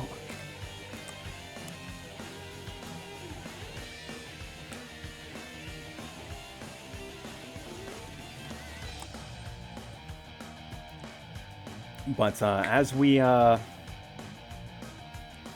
keep this show rolling, as we keep this interpromotional action going, I mentioned at the start of the program, Sterling has been looking for trouble for weeks. DJ Dix has screwed him out of the title. At least, if you ask Sterling. Sterling has been banging on doors, week in, week out, looking for DJ Dix. DJ Dix nowhere to be found. But somebody did answer the call. And that was the wrestling machine from the year 2100. Judgment Pro Wrestling's own Cyborg. And that match, it's right now.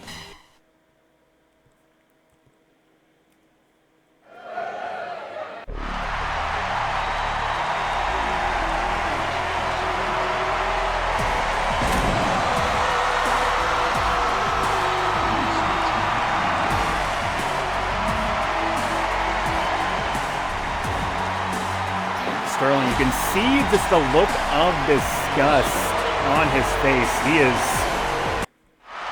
he is still furious at the circumstances that cost him the Blake's House Wrestling title. He thought he had a singles match with DJ Dix. Josh Kaiser cashing in his golden ticket, and DJ Dix just letting Josh pick up the pinfall victory. And then he vanished. But Sterling's campaign has, up to this point, been tremendously unsuccessful. Not only has he not found DJ Dix, he has found trouble week in and week out, taking a tough loss both to Mag.Lo, both to Colby, and potentially to the Wrestling Machine from the year 2100. And the Cyborg story kind of intermingles here,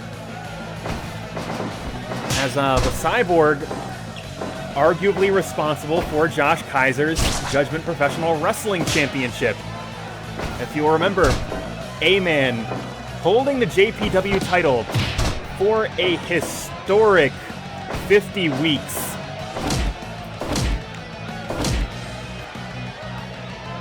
Had a seemingly endless winning streak, one that would never be challenged. But the Cyborg started getting involved in his matches, started making trouble.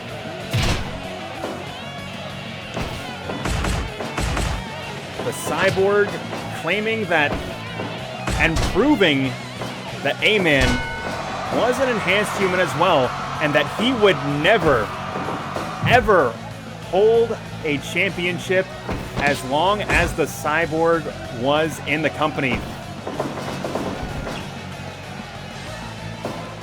His interference would cost A-Man the title. Hold on. Tombstone Piledriver is blocked.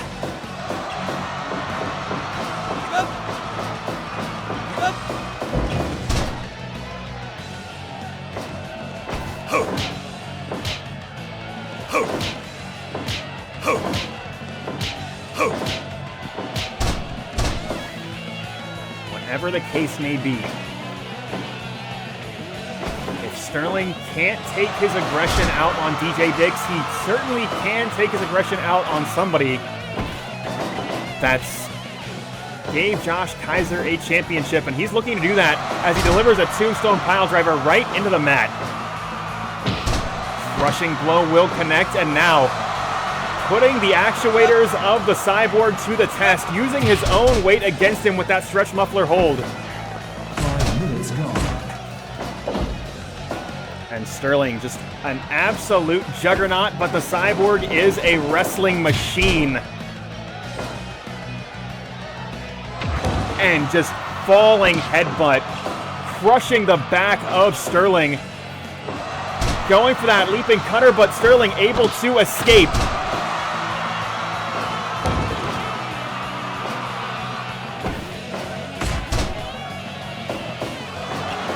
Again, right back to that giant swing. There are few people, hold on, oh my God! Izuna drop planting Sterling right on his neck. There are few people that can throw Sterling around like this, but the Cyborg, absolutely one of them.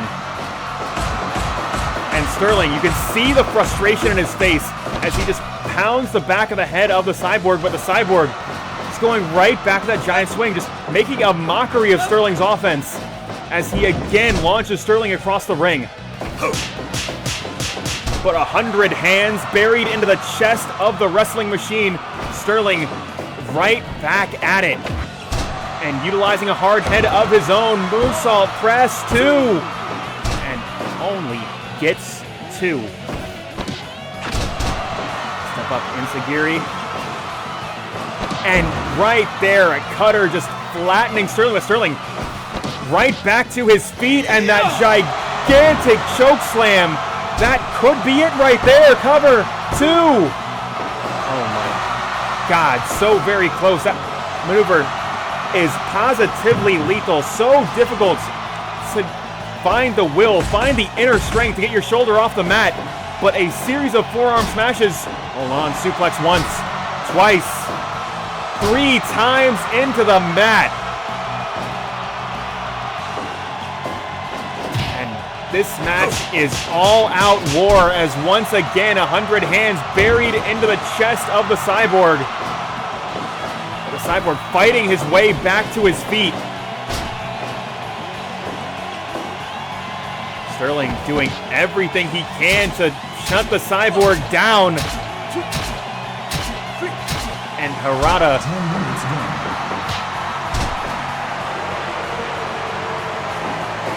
nearly calling for the disqualification if he did drop that foreign object. But the Cyborg blazing. Tornado flattens Sterling to the mat. Cyborg getting fired up, but no. Sterling again right back to that tombstone pile driver.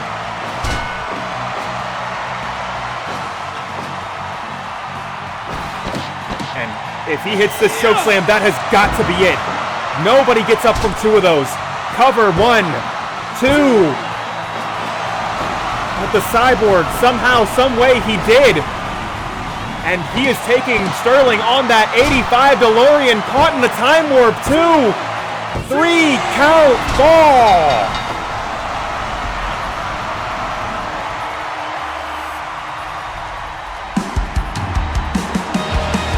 And the Cyborg proving that he is a machine, that he is an absolute unstoppable juggernaut.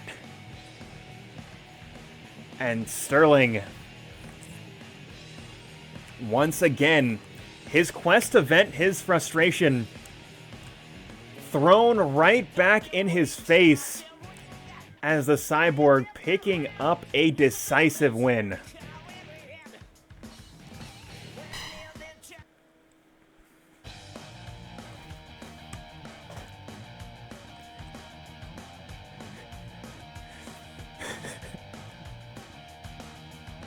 And yeah, that was pretty fantastic as a finish, though. I do like the way you make your edits to where, like, when they pull out their finisher, it is the end. Because it is, like, totally different from the way I make my edits, where, hey, I live for the near fall, I want to see, like, somebody go for it, get kicked out of. And that clash of styles is always really interesting to watch.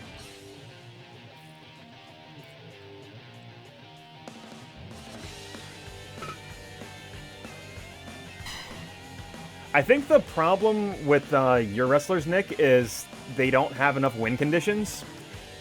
And what I mean by that is, like, stuff like the way I program my wrestlers is, hey, there's like a few things that they'll go to as a as a move that will lead into a pin. And not most, like a few of your wrestlers basically just have their finishing hold. So that is like probably where that would need to be adjusted a little bit.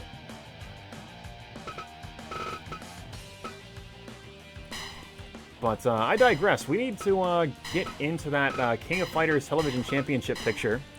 And as I mentioned earlier on tonight's program, Red Max is in the building tonight.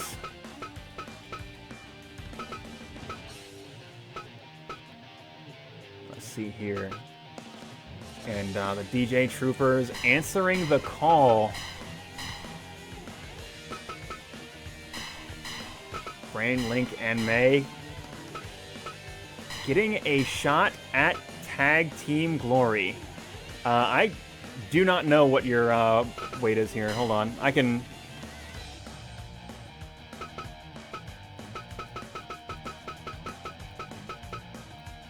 So you are... I am certain you are about to, like, put me on blast here.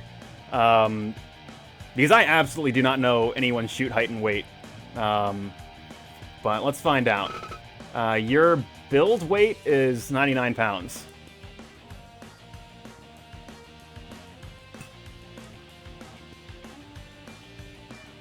So I will let you rebut that.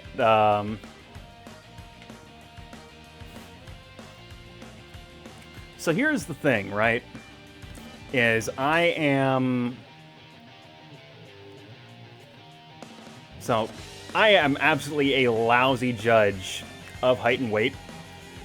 And part of that is a function of I am 6'5" tall. I have no idea how tall anyone is, because everyone looks roughly the same to me. Like, until they are, like, standing next to each other. And weight, that's fucking made up. I don't know what weight is.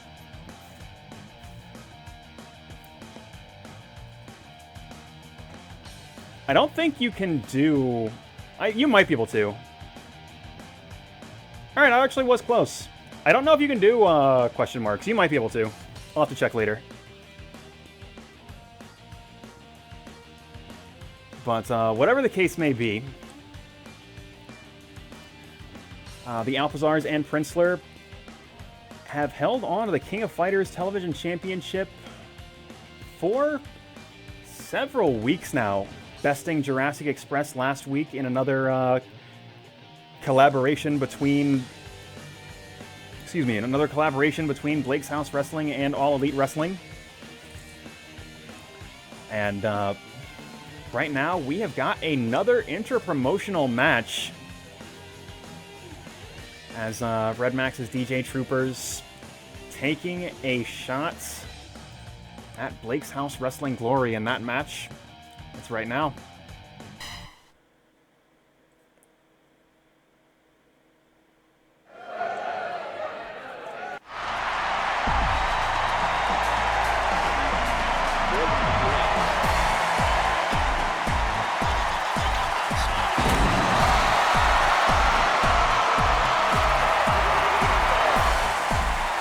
That one is my bad. Although, we'll talk about that after the match. Yeah, damn! Yeah, damn! Yeah, damn!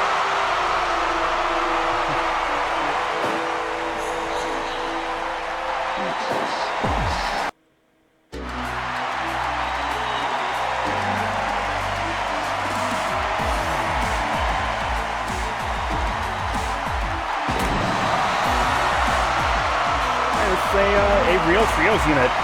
Although, that being said, you know, the Alpizars and Princler right now holding that trios title. For 6-man elimination tags, such a difficult format because one fall can easily cascade into another. And right now, Brand entering the match for the DJ Troopers. And utilizing leverage to just get the upper hand on Alpizar. But Alpizar, such a dangerous striker, and we've seen a lot of that already tonight. But again, just that superior leverage going to be able to get the upper hand.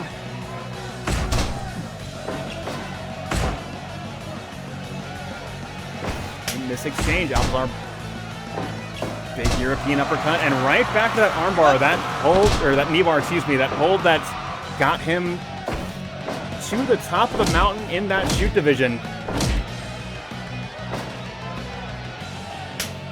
Alpizar bringing Linda into this match.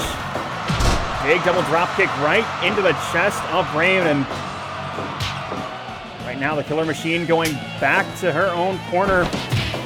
And here comes May. Headlock blocked right into a backdrop. And a series of knees to the gut. Going to put Linda back in the driver's seat. And just swatting the face with that big kick and a big boy senton, but some quick tags from the DJ Troopers trying to keep somebody fresh in the ring at all times. And here comes Link. Boy senton dropped right over the back and into that silver toe hold face lock, and like struggling to get out of the hold. Now the legal competitor in this match, and again, double dropkick, setting Princler up, and boot right to the back.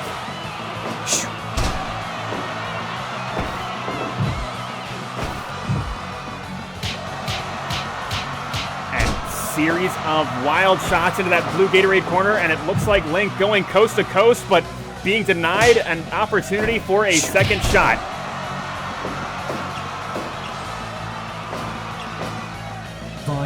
Gone. Princler getting Linda back into this match, but another lariat just targeting the back of the legs of her opponents. But again, frequent tags from this DJ Troopers unit, trying to keep a fresh competitor in the match, and that is going to be so critical. If you can stretch out the life of your team, especially in elimination tag setting, that can be a difference maker.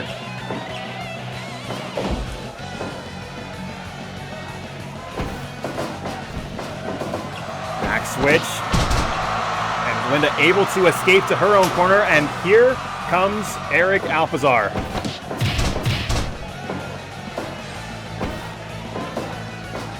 Big lift and drop, and Alpizar now in the hands of May the Sequencer.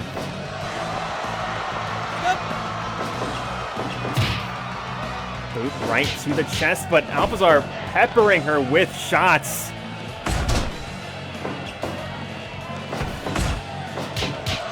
And 1-2 striking combination, and Eric Alpizar came here to play, but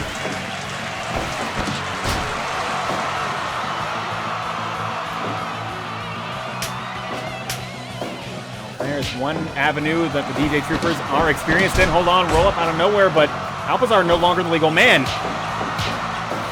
Now, series of vicious shots, and Princler flattened to the mat.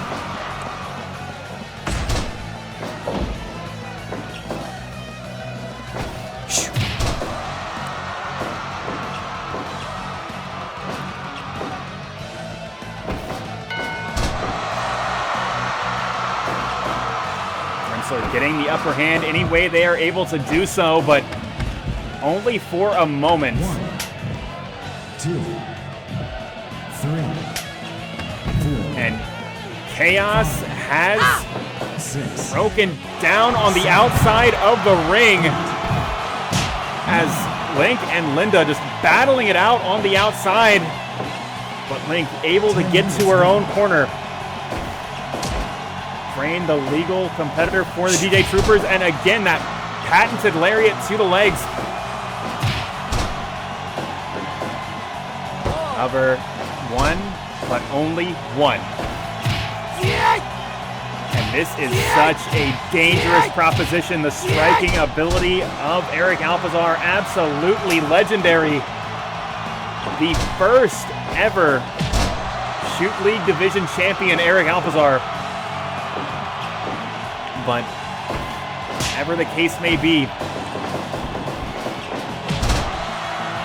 Brain able to get the upper hand, at least for the moment. Send Alpizar back to his own corner.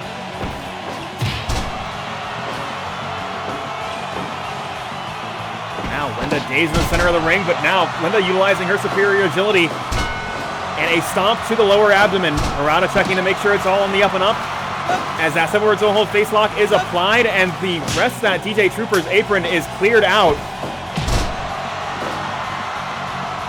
But as Harada pushes them back to their own corner, Princler and Linda, double drop kick will lay out Frame. A turnabout is fair play as Link and Brain delivering that double drop kick of their own, and now Princler, hold on, satellite, Rana, center of the ring, cover 1, 2, and Linda able to make the save. Armbar locked in, and Princler can just sit and wait for an opportunity.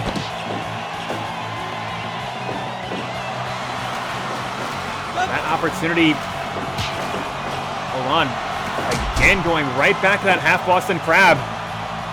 And Link seems to think she's found a hole in Princler's defense, and Alpizar answering back with a knee bar of his own.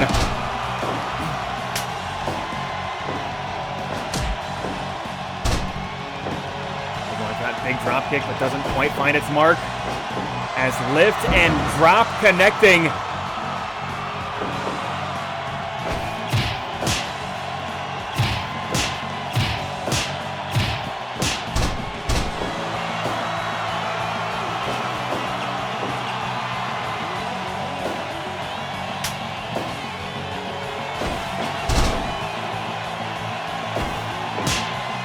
Big shot to the chest.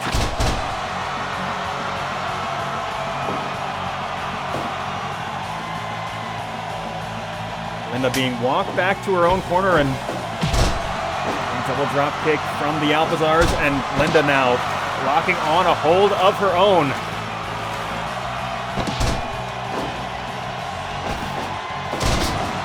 Big neck breaker, center of the ring, but Alpizar just tough as nails, right back to his feet. Mount tackle applied, but May able to escape the pressure.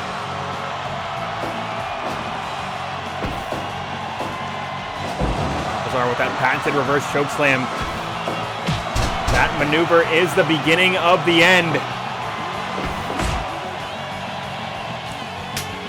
And May looking to get back to her own corner.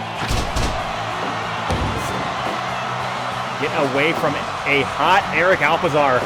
And right now, Link, the workhorse for the DJ Troopers, at least for tonight. Back in the ring. Eric Alpizar bringing Princler into this match. Snap suplex. And Princler going high risk. That is pretty unusual for them, but big elbow drop will connect. Now that scarf hold is locked in. Link a long way to go. And a series of kicks to the gut. Back switch, and a forearm smash right to the back of the head. Link going for a cover of her own. Springboard, oh my god, but no, some miscommunication from that orange Gatorade corner. And that is going to create an opportunity for Link to escape.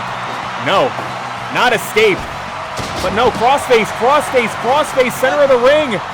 The Alpizar is coming in to cut him off.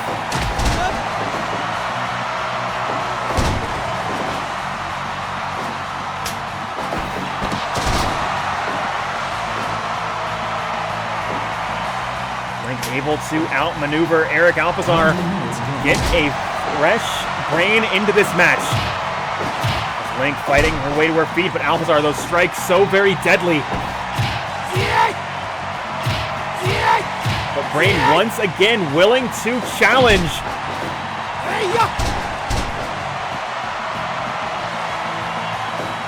And Brain's challenge is successful. The Killer Machine taking down Alpizar with a series of wild shots.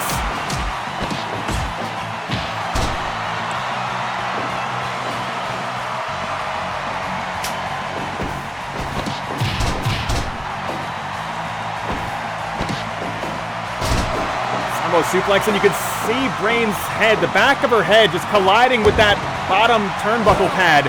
Cover two. But even despite all that, somehow she finds a way to get a shoulder off the mat. This match, it will continue as a 3-on-3.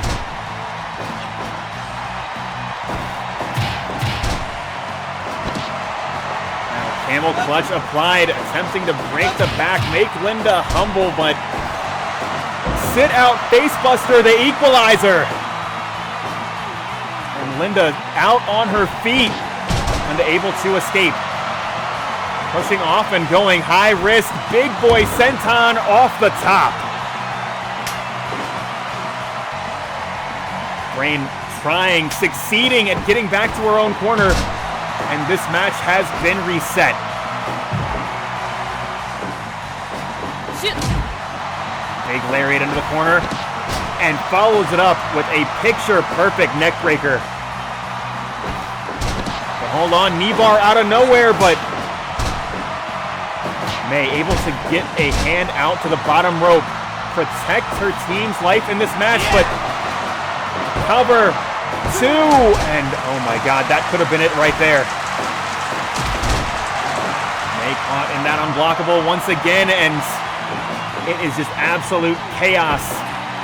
Stroke of midnight, that has got to be it. Goes for the cover 1, but too close to that orange Gatorade corner, and it is, oh my god, just a pile of bodies in the center of the ring. Stroke of midnight connecting once again, but May electing to stay in the ring. She wants to fight it out. Forearm smash of her own, and May getting herself fired up. Shit. And leapfrog facebuster will connect, but big body press once again, cover 2, but only getting 2.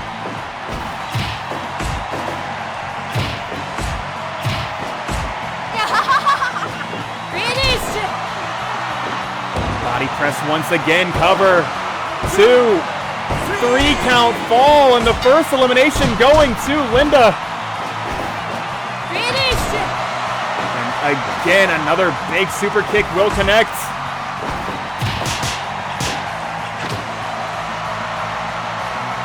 And 3 on 2, so very difficult to overcome.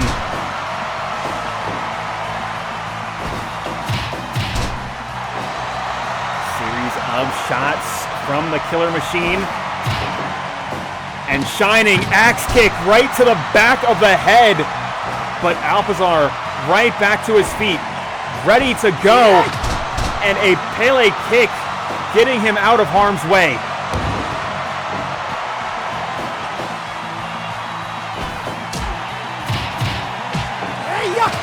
And that Brazilian kick has taken out so many competitors up to this point, too. 3 count fall. Link gonna have to do it all on her own.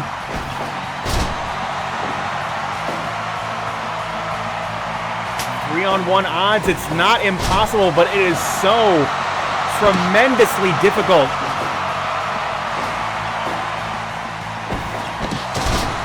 Desperation neckbreaker will connect. On back switch. And Link, the workhorse of this team, doing, oh my god, that could be it right there, but no, Link reaching out, getting a hold of that bottom rope. Big double drop kick.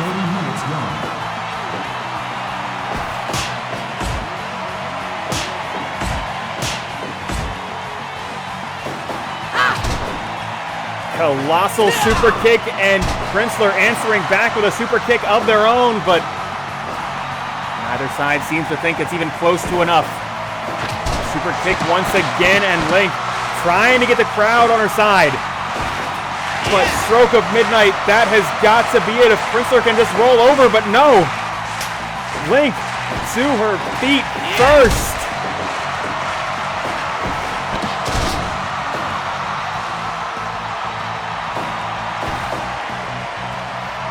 Trying to bring this fight as far away from that orange Gatorade corner as possible, and once again, the crowd getting woken up a little bit.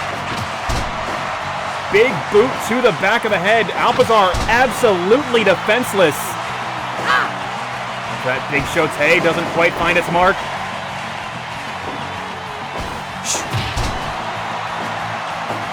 Lariat taking the legs out from underneath the legs of Alpizar, and Alpizar answering back with that low roundhouse.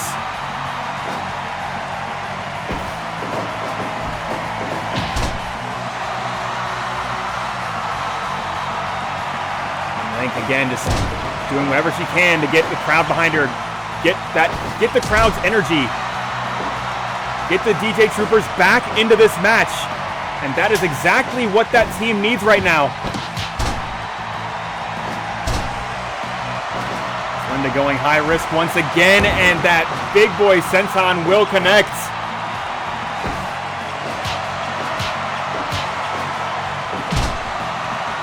Hold on. Hooking lariat just flattens Linda, cover 2, but the numbers game working against her, and now entire trios unit going to work.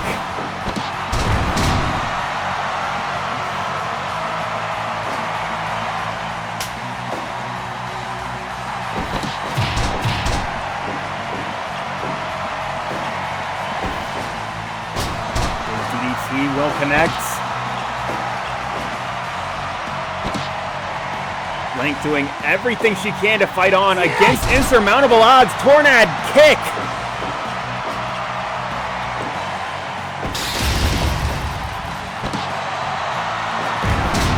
And oh my God, adding injury to insult.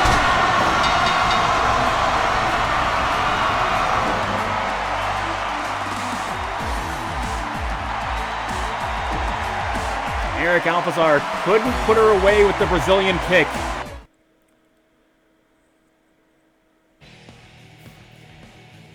Delivers Link's own Infinity Highway. And once again, the Alpizars and Princler protecting Blake's house.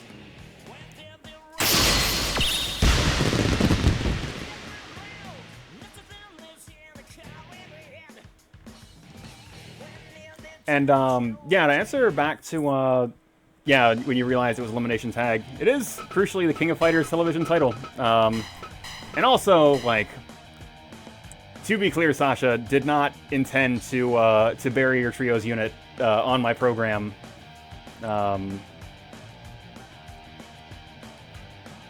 It is, unfortunately, like, really tough when, like, one elimination happens, other ones tend to stack up on them. Typically, unless somebody has some submissions, because that is the great equalizer in tag team matches.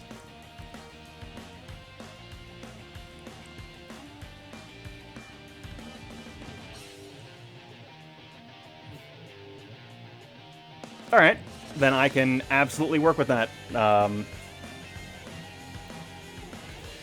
And do appreciate you, like, kind of filling us in with the Red Max promotion lore. Kind of a goal that I have never fully delivered on with the stream is to collaborate with more Fire Pro streamers. Try and get some, like, shared continuity between other eFeds. Because I think that'd be a fun thing to do. So, yeah, if we can make that work, then hey, I am absolutely for it. Hey, I will absolutely be looking forward to tuning in when you do. But we have got just a couple more matches left tonight. And as, again, calling back to the top of the show, Blake's House Wrestling Matchmakers saw an opportunity, and we are absolutely going to take it. As we have got fan favorite of Judgment Professional Wrestling, JJ Mondo, and fan favorite of Judgment Professional Wrestling, Kurt London. If you will remember, not too long ago, tagging together as a trios unit with Joey Boggy as the JPW All-Stars. Never before tonight, going head-to-head in singles competition. This is a match, or this is a matchup made for a pay-per-view, and we are giving it to you for free tonight. And that match is right now.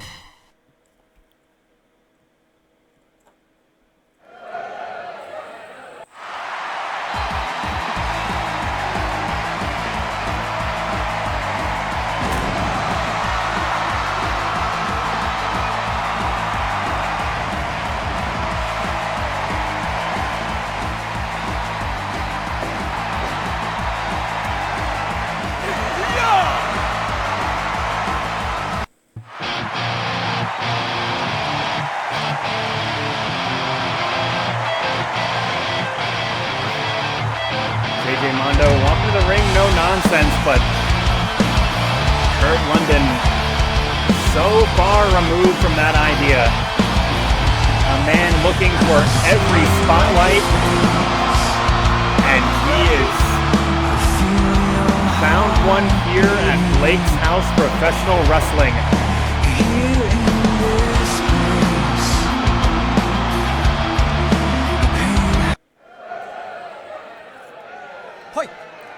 And once again, it is agility versus power, but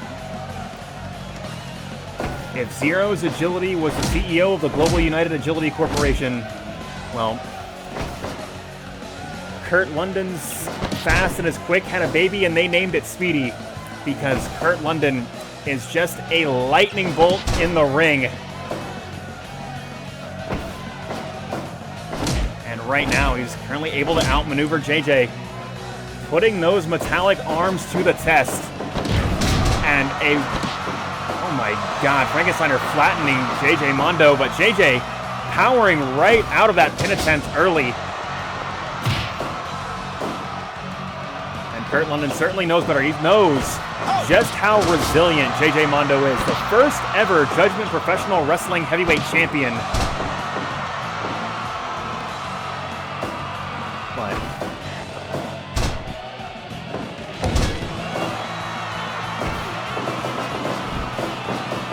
of course, Kurt London never rose to the top of that mountain himself. Right now, Satchwell certainly looking to go after Joey Boggy's title.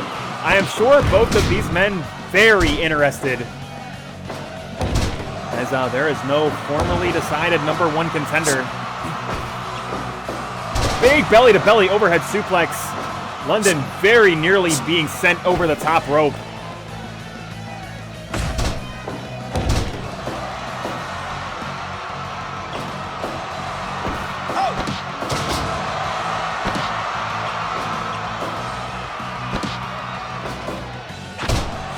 Drop kick right to the face of JJ Mondo. Tornado kick fails to connect.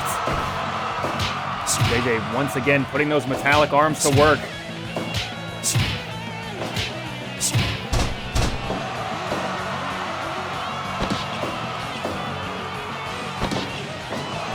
Kurt London again going for an early cover, testing JJ Mondo.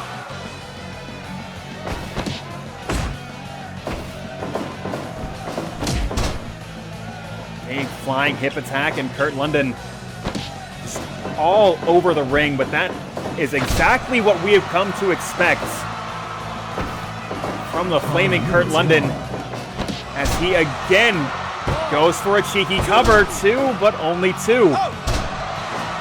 JJ finding it harder and harder to get his shoulders off the mat, and shining axe kick will connect.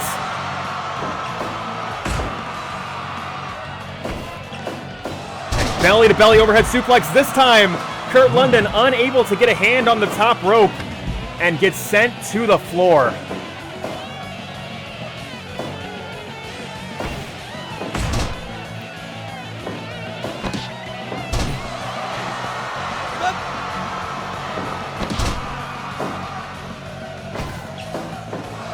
And right now, JJ just utilizing that power advantage to the full effect. Throwing the smaller Kurt London around the ring any way that he can. Kurt London again just going right back to those quick strikes. Big double stomp, flipping big boy center of the ring. And London caught with that back elbow. JJ going high risk, but if there is one person that knows from high risk, it is Kurt London. Oh my God, just crushing the chest of London with that double knee drop. And again, JJ Mondo standing tall, standing alone in a Blake's House wrestling ring.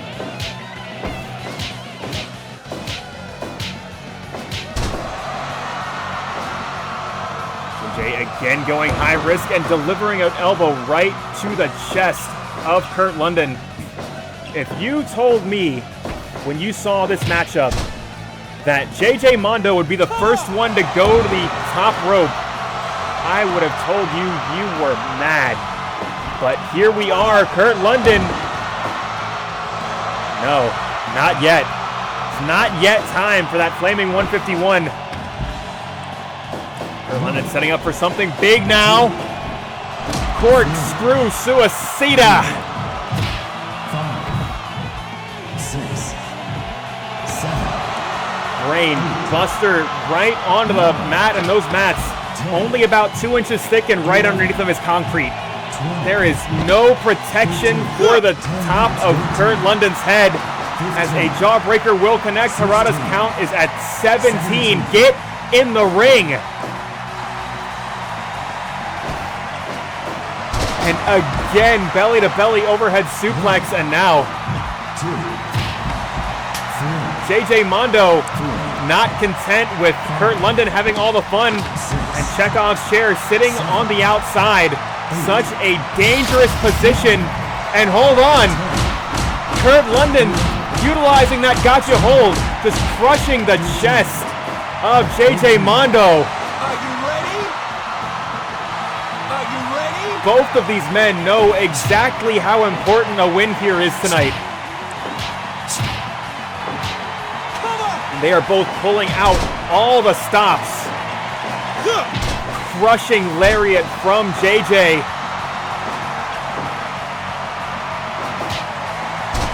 Those metallic arms being put to good use, stopping Kurt London in his tracks.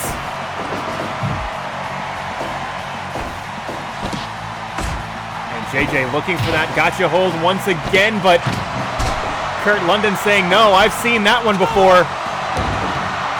As that big corkscrew senton will connect, and Kurt London now. You can tell he wants to hit that flaming 151, but JJ just giving him a look he doesn't like. Whatever it may be, he hasn't gone for it yet.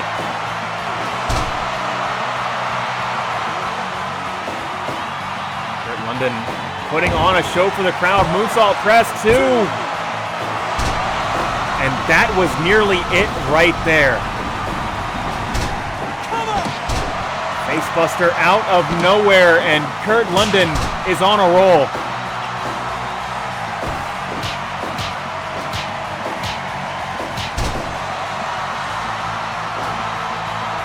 JJ taking a moment to survey the situation, and big sit-out lariat off the top. And vicious series of punches. But hold on. The greatest hold since sliced bread, standing Shiranui, and Kurt London getting himself fired up. Springboard, body press, cover, 1, 2, 3, count, fall.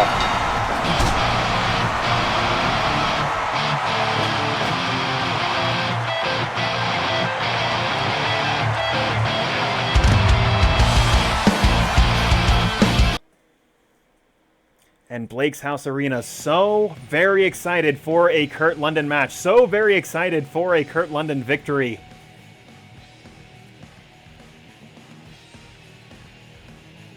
That is a man we will have to keep our eyes on in the upcoming weeks.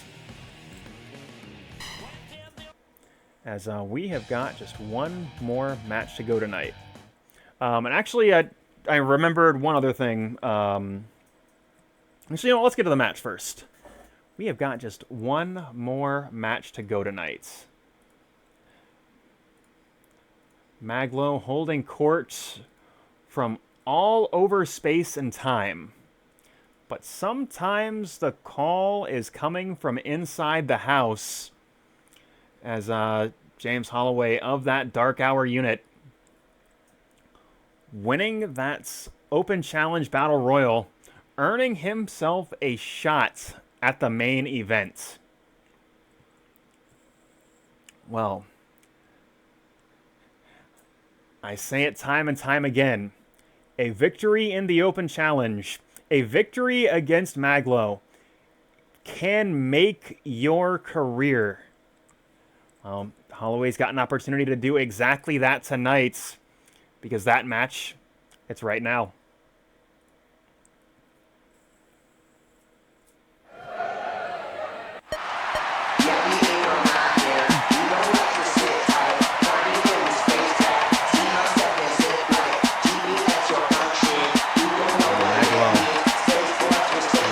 To the ring, to his team. You can find that at maglo.bandcamp.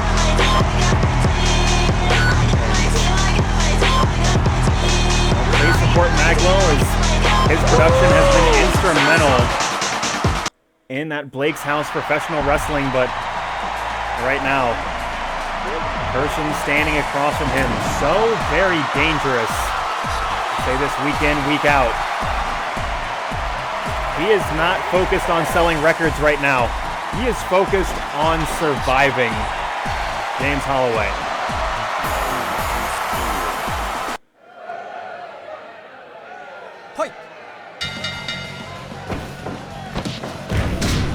Mag.Lo going for a cover early. Holloway looking for that Rana possibly, but Mag.Lo had it scouted. Mag.Lo utilizing his size and power advantage. Inferno kick, but Mag.Lo able to sidestep the hold.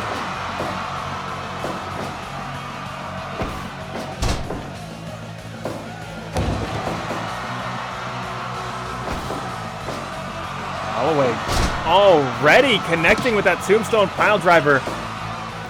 So very fired up. And that was the game changer. You can see Mag.Lo looking a little bit weary after taking that head drop. And the momentum has shifted already in the opening moments of this match. Mag.Lo looking for that patented spinning toe hold, but Holloway had it scouted.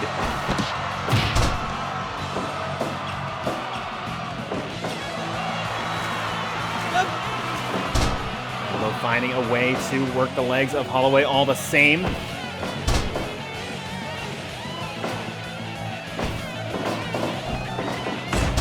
Big back elbow, and Holloway going for a cheeky cover on his own.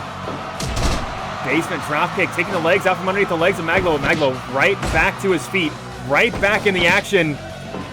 And hold on, Holloway rolling through one, but only one.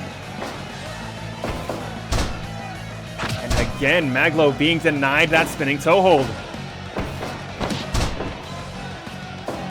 Holloway informing Mag.Lo, yes, I watched the product. And delivering a crushing super kick right to the face of Mag.Lo, and Mag.Lo changing course a little bit now. On back switch and big backdrop center of the ring. Holloway looking to extend his offense, but Mag.Lo scrambling back to his feet, denying him the opportunity. Wheelbarrow face buster. And hold on, knee bar out of nowhere. Mag.Lo unable to reach the ropes, but able to break the hold. Right now, Holloway and Mag.Lo just swinging for the fences. Holloway getting the upper hand in that exchange, and senton right into the chest of Mag.Lo. Mag.Lo cutting him off. And finally able to apply that spinning toe hold, and that has woken the crowd up.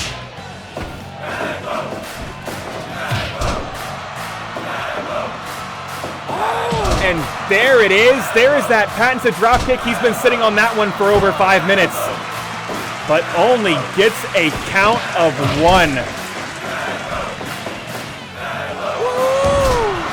And big flashing elbow. And that Mag.Lo support section not done yet.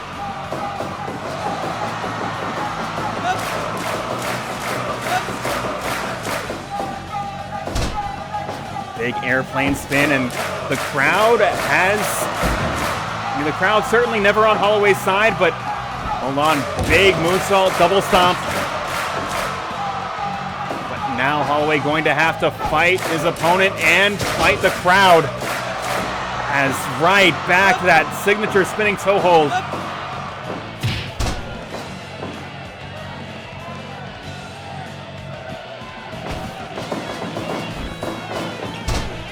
Possibly going for that wheelbarrow facebuster again, but Mag.Lo denied it, but Blue Thunder Bomb 2! Oh my God, so close.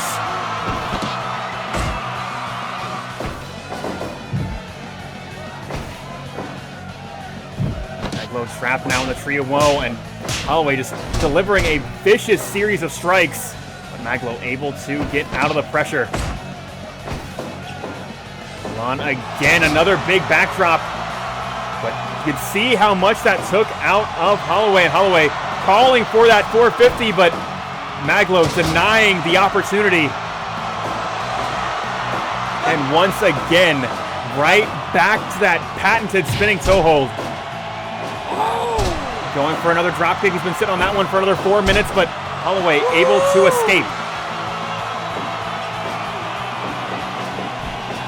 Mag.Lo now crushing lariat. Mag.Lo getting himself fired up. 10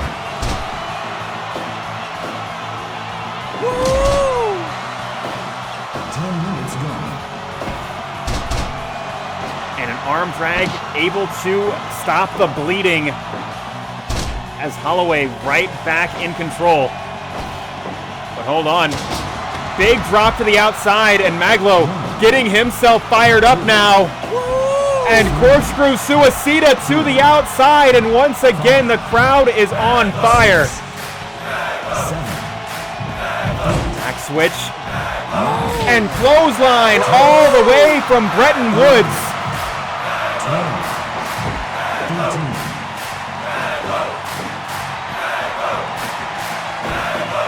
Hold on. Blue Thunder bomb cover. 2. Oh my God. Mag.Lo barely able to escape. And once again, Samoan drop. This is absolutely anybody's match.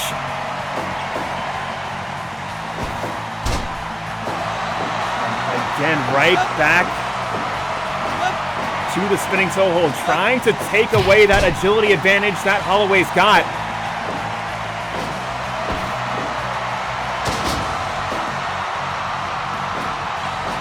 There is one move in Mag.Lo's arsenal, another colossal drop kick.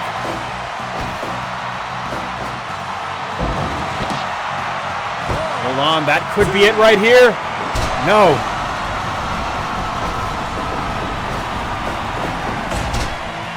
There's one move in Mag.Lo's arsenal, one move in Holloway's arsenal. That sure killing blow that could end the match, and Holloway looking for it right now, but no, Mag.Lo right back to his feet. Mag.Lo, driver!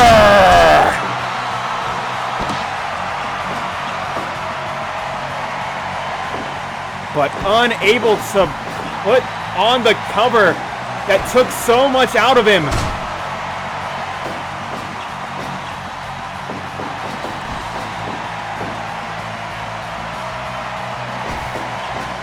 Back switch and another backdrop, and Holloway just too far away to make that dive, especially this late in the match.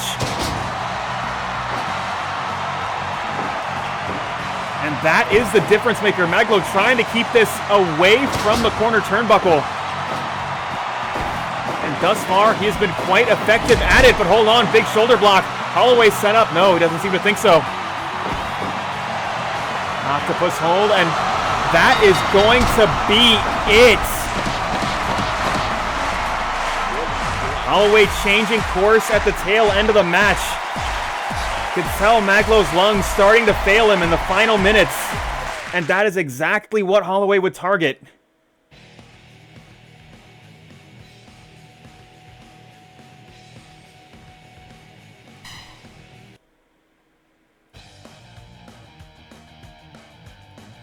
But that is going to conclude the main portion of the program. But of course, we have still got the bonus match where I hang out with y'all in the chat. And Peach, I appreciate you dropping in as well.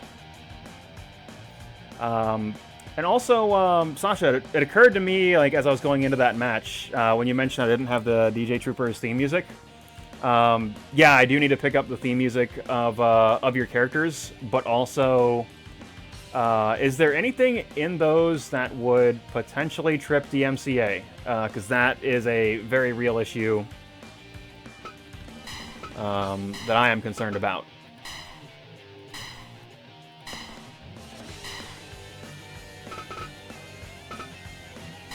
But also, as are typically the formats for the bonus match.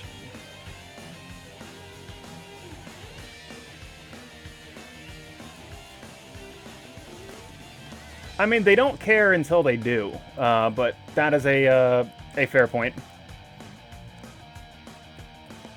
But regardless, yeah, I've got 4 names on either side. Basically, the way the bonus match works, the first name called out on either side is who we're going to be putting into the bonus match, and then I'm just going to hang out with you guys in the chat while that plays out.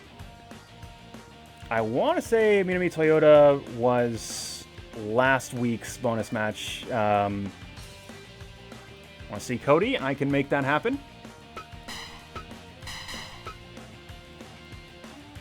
Sorry, Jamie, you were just a fractional second too slow.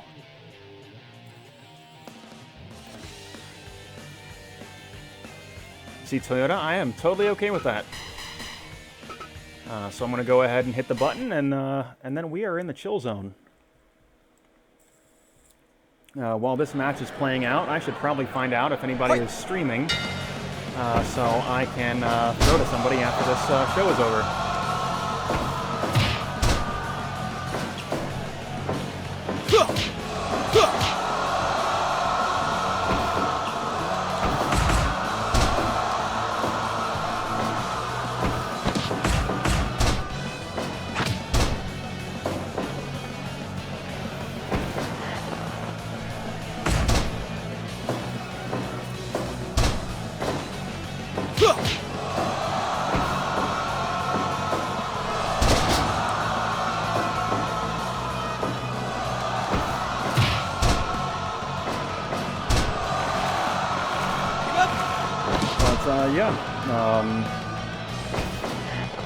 Another Blake's House Wrestling in the books.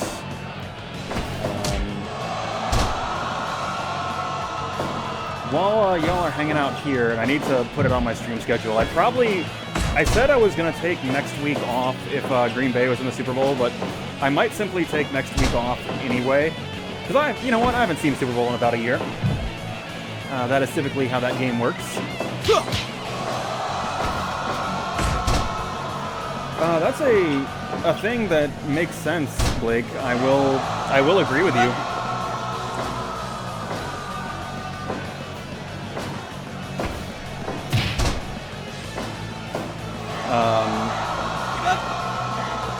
It's very funny in the sense that so I've got two contradictory ideas. In that, hey, on one hand, it would be cool if this was like a bigger wrestling streaming channel. But on the other hand, not being a huge thing and just like getting to hang out with my real life friends, also pretty rad. Which is why, like, hey, Sasha is somebody that I want to collaborate with, because like, hey, your stuff and Melly's stuff is like cool to watch, and hey, it's cool to hang out in your shit. Like, hey, I feel like I know you people on some level.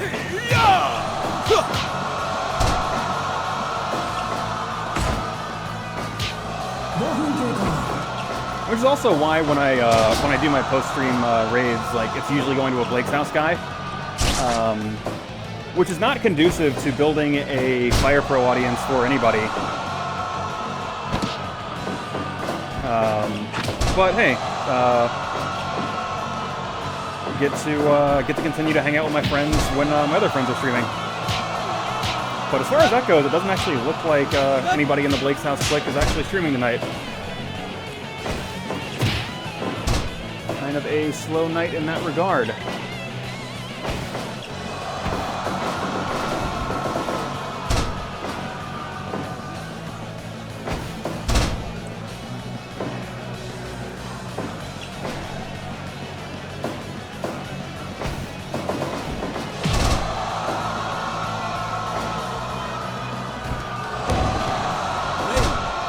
I appreciate you hanging out all the same.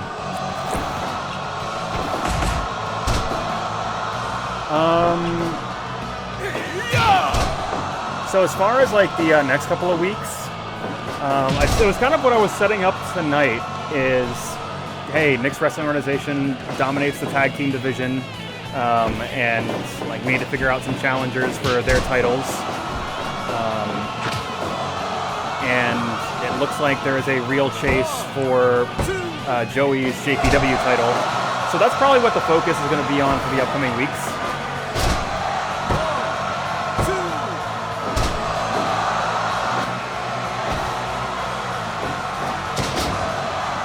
And trust me, Jamel, I totally get it.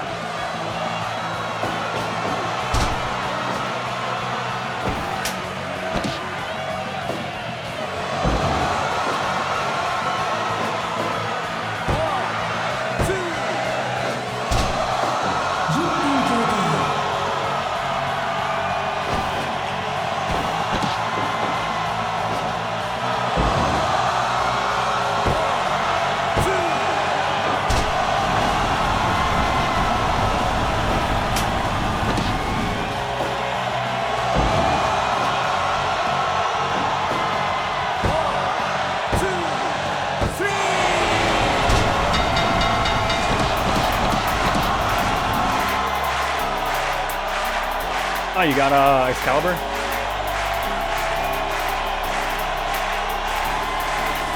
Yeah, the like secret weapons are pretty rad. I mean, honestly, like,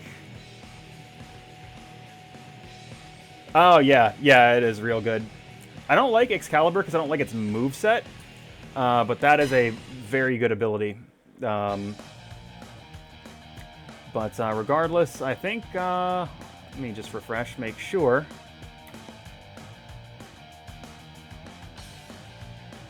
Yeah, it looks like the nobody in the Blake's House clique is streaming tonight.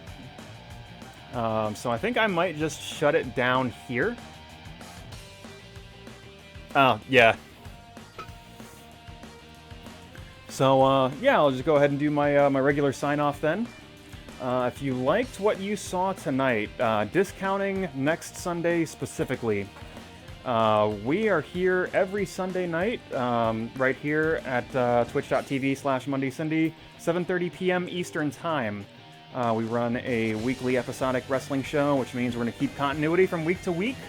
But, you know, I do my best to make sure a first-time viewer is having just as much fun as somebody that's been tuning in for over a year, by trying to keep them updated on the crucial storyline bits going into matches, and kind of communicate just like what's going on. I'd like to think I do a good job of that, but you know, you are more than welcome to be the judge.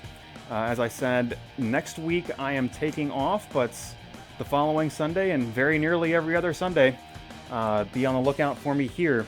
Additionally, on Wednesday nights, myself, my good friend Heavy Kira, the individual that sent us a raid a little bit earlier on in the program, we hang out, we play NHL 20, and we